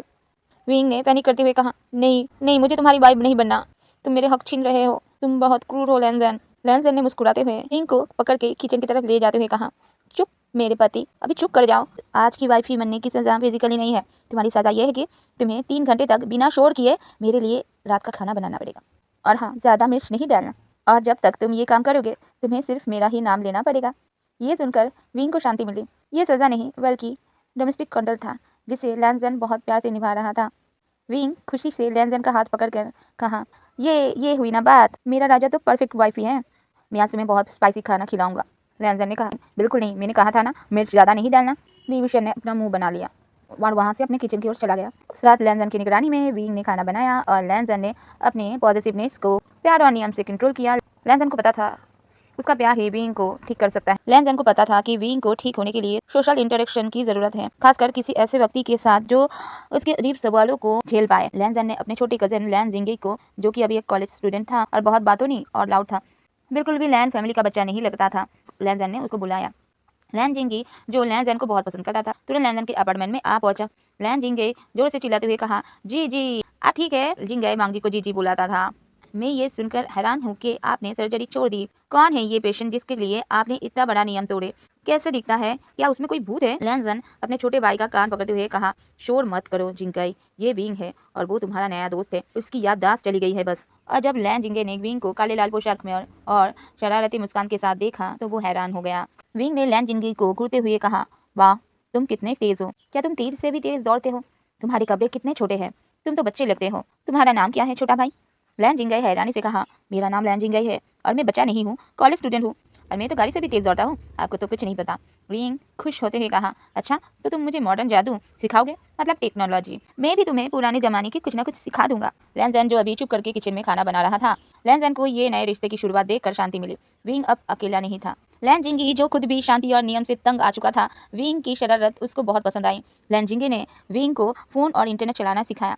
विंग ने तुरंत गेमिंग ऐप, जो विंग जादुई युद्ध शिक्षा समझ रहा था, उसी गेमिंग ऐप में जाकर बहुत सारे दोस्त भी बना लिया और उनसे बात भी करना शुरू कर दिया। विंग गेम खेलते हुए जोर से चिल्लाते हुए कहा, जिंगेई देखो मैं इस भूत को तलवार से मार रहा हूँ, कितना मजा आ रहा है। जिंगेई तुम्हें एक बात पता है, लैनजन बहुत क्रूर है, वो मुझे मिर्च खाने नहीं देता। लैन जिंगेई हंसते हुए कहा, जी जी तो हमेशा से ही क्रूर थे, पर जब से आप आए हो वो बटर की तरह नरम हो गए हैं। वो किसी के लिए खाना नहीं बनाते, बस आपके लिए ही खाना बना रहे हैं, और वो किसी को भी गले नहीं लगाते, आपको ही गले लगाते हैं, और इसीलिए मुझे पता चल गया है कि आप ही उनका सॉफ्ट स्पॉट हो। विंग को ये सुनकर बहुत खुशी मिली। विंग को मॉडर्न दुनिया में सब पागल समझ रहे हैं, लेकिन इस बात की वजह से ही लैनजन विंग के और करीब हो रहा था। शाम को लैनजन जब डिनर लाया तो लैन जिंगे ने उन्हें एक छोटा सा गुलाब दिया। लैन जिंगे हंसते हुए कहा, जी जी ये विंग के लिए है, इन्हें प्यार चाहिए, और आपकी मिर्च की सज़ा बहुत पुरानी हो गई है। पता है आप उनको मिर्च नहीं देंगे, लेकिन आप उनको एक चॉकलेट तो दे ही सकते हैं, वो ज़्यादा अच्छी रहेगी। लैनजन का चेहरा शर्म से लाल हो गया, पर लैनजन ने गुलाब ले लिया और विंग को दे दिया। लैनजन ने धीमी आवाज़ में कहा, ये तुम्हारे लिए है विंग, ये प्यार का प्रतीक है। विंग खुशी से लैनजन के गले लग गया। कुछ दिनों बाद विंग जब ठीक हो चुका था तो वो लैनजन के साथ छत पर बैठा हुआ था। विंग ने मॉडर्न कपड़ा पहनना शुरू कर दिया था, लेकिन विंग की शरारत वैसे ही थी। विंग ने लैनजन के कंधे पर सर रखते हुए कहा, लैनजन एक बात बताओ, जब तुम डॉक्टर थे और जब तुमने मुझे पहली बार देखा तो तुम्हारे दिल में क्या था? लैनजन ने आहिस्ता से कहा, मैं तुम्हारा दर्द ठीक करना चाहता था। विंग मैं तुम्हें दोबारा मरने नहीं दे सकता, चाहे तुम किसी भी युग में हो। विंग ने लैनजन का हाथ पकड़ लिया और एक दूसरे को देखने लगे। विंग ने लैनजन की आंखों में देखते हुए कहा, लैनजन मैं अब ठीक हूँ, और मैं अच्छे से जानता हूँ मैं तुम्हारा हूँ।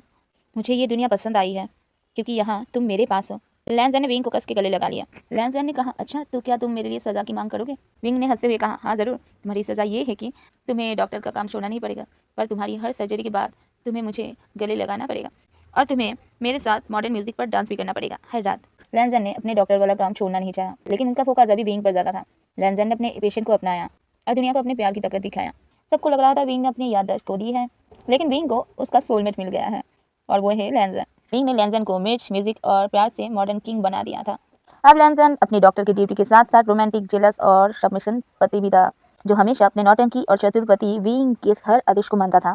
श्यांगबांग का सफर हिस्टोरिकल तकलीफ से शुरू होकर मॉडर्न हीलिंग और अनंत प्रेम तक पहुंच चुका था। 3 साल बीत चुके थे।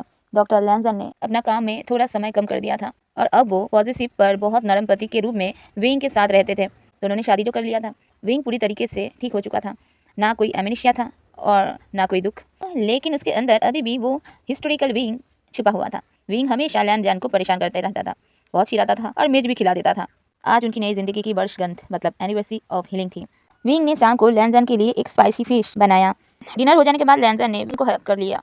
विंग हंसते हुए कहा, मेरे राजा तो अब डॉक्टर कम डोमेस्टिक वाइफ ज्यादा लगते हैं। लैंजन, तुम्हें पता है यह सब तुम्हारी वजह से ही ठीक हुआ। तुम्हारा प्यार ही मेरा सबसे बड़ा जादू है। लैंजन धीमी और प्यार भरी आवाज में कहा, तुम हमेशा खुश रहो विंग, यही मैं हमेशा चाहता हूँ। विंग ने अपनी छोटी काली किचन फ्लूट निकाली। ये वही आधुनिक बांसुरी है जिसे लैंजन ने शुरू में विंग को दिया था। विंग ने फ्लूट को बहुत प्यार से बजाना शुरू किया। जैसे ही विंग ने संगीत को जुनून से भर दिया, कमरे की एक सफेद दीवार चमक उठी, हवा में तेज बिजली दौड़ने लगी और एक नीली रोशनी का पोर्टल खुल गया। बॉटल के अंदर से 2 आदमी बाहर निकले। क्रूर सम्राट लान वांगची अपने शाही सफेद नीले पोशाक में, माथे पर फोटेड रिबन और चेहरे पर गुस्सा और क्रूरता जो सिर्फ विंग के लिए नरम था। और शेफ विभूषण ने काले और लाल रंग के पोशाक में और चेहरे पर एक शरारती मुस्कान के साथ खड़ा हुआ था। 2 युग के एक ही आत्मा और एक ही चेहरा आमने सामने खड़े थे। विंग तो बहुत ज्यादा ही डर गया था और लैंजन के पीछे छुप गया था। सभी हैरान थे, ये क्या हो गया। विंग ने देखा, ये तो वही क्रूर राजा है जिससे वो प्यार करता था। इसका मतलब लैंजन उसका प्यार नहीं है। फिर विंग ने सोचा, नहीं ये नहीं हो सकता, पहले की बात अलग थी, लेकिन अभी वो लैंजन से ही प्यार करता है और हमेशा लैंजन के साथ ही रहना चाहेगा। विंग अभी डर रहा था। विंग को लग रहा था सुसाइड करने की कोशिश की। वो कॉटेज से भी भागा हुआ है, तो क्या क्रूर राजा रान बांगची उसे यहाँ लेने आए हैं और लेकर जाकर फिर से कैद कर देंगे। विंग ने लैंजन को कस के पकड़ लिया और कहा, लैंजन मुझे तुम्हें छोड़कर कहीं नहीं जाना। ये देखकर शेफ विभूषण हंस पड़ा। शेफ विभूषण ने कहा, नहीं नहीं, तुम्हें कहीं नहीं जाना होगा। हम लोग तुम्हें यहाँ से ले जाने के लिए नहीं आए थे, वो तो तुम ही थे जो ये किचन बजाकर हमें बुला लिया।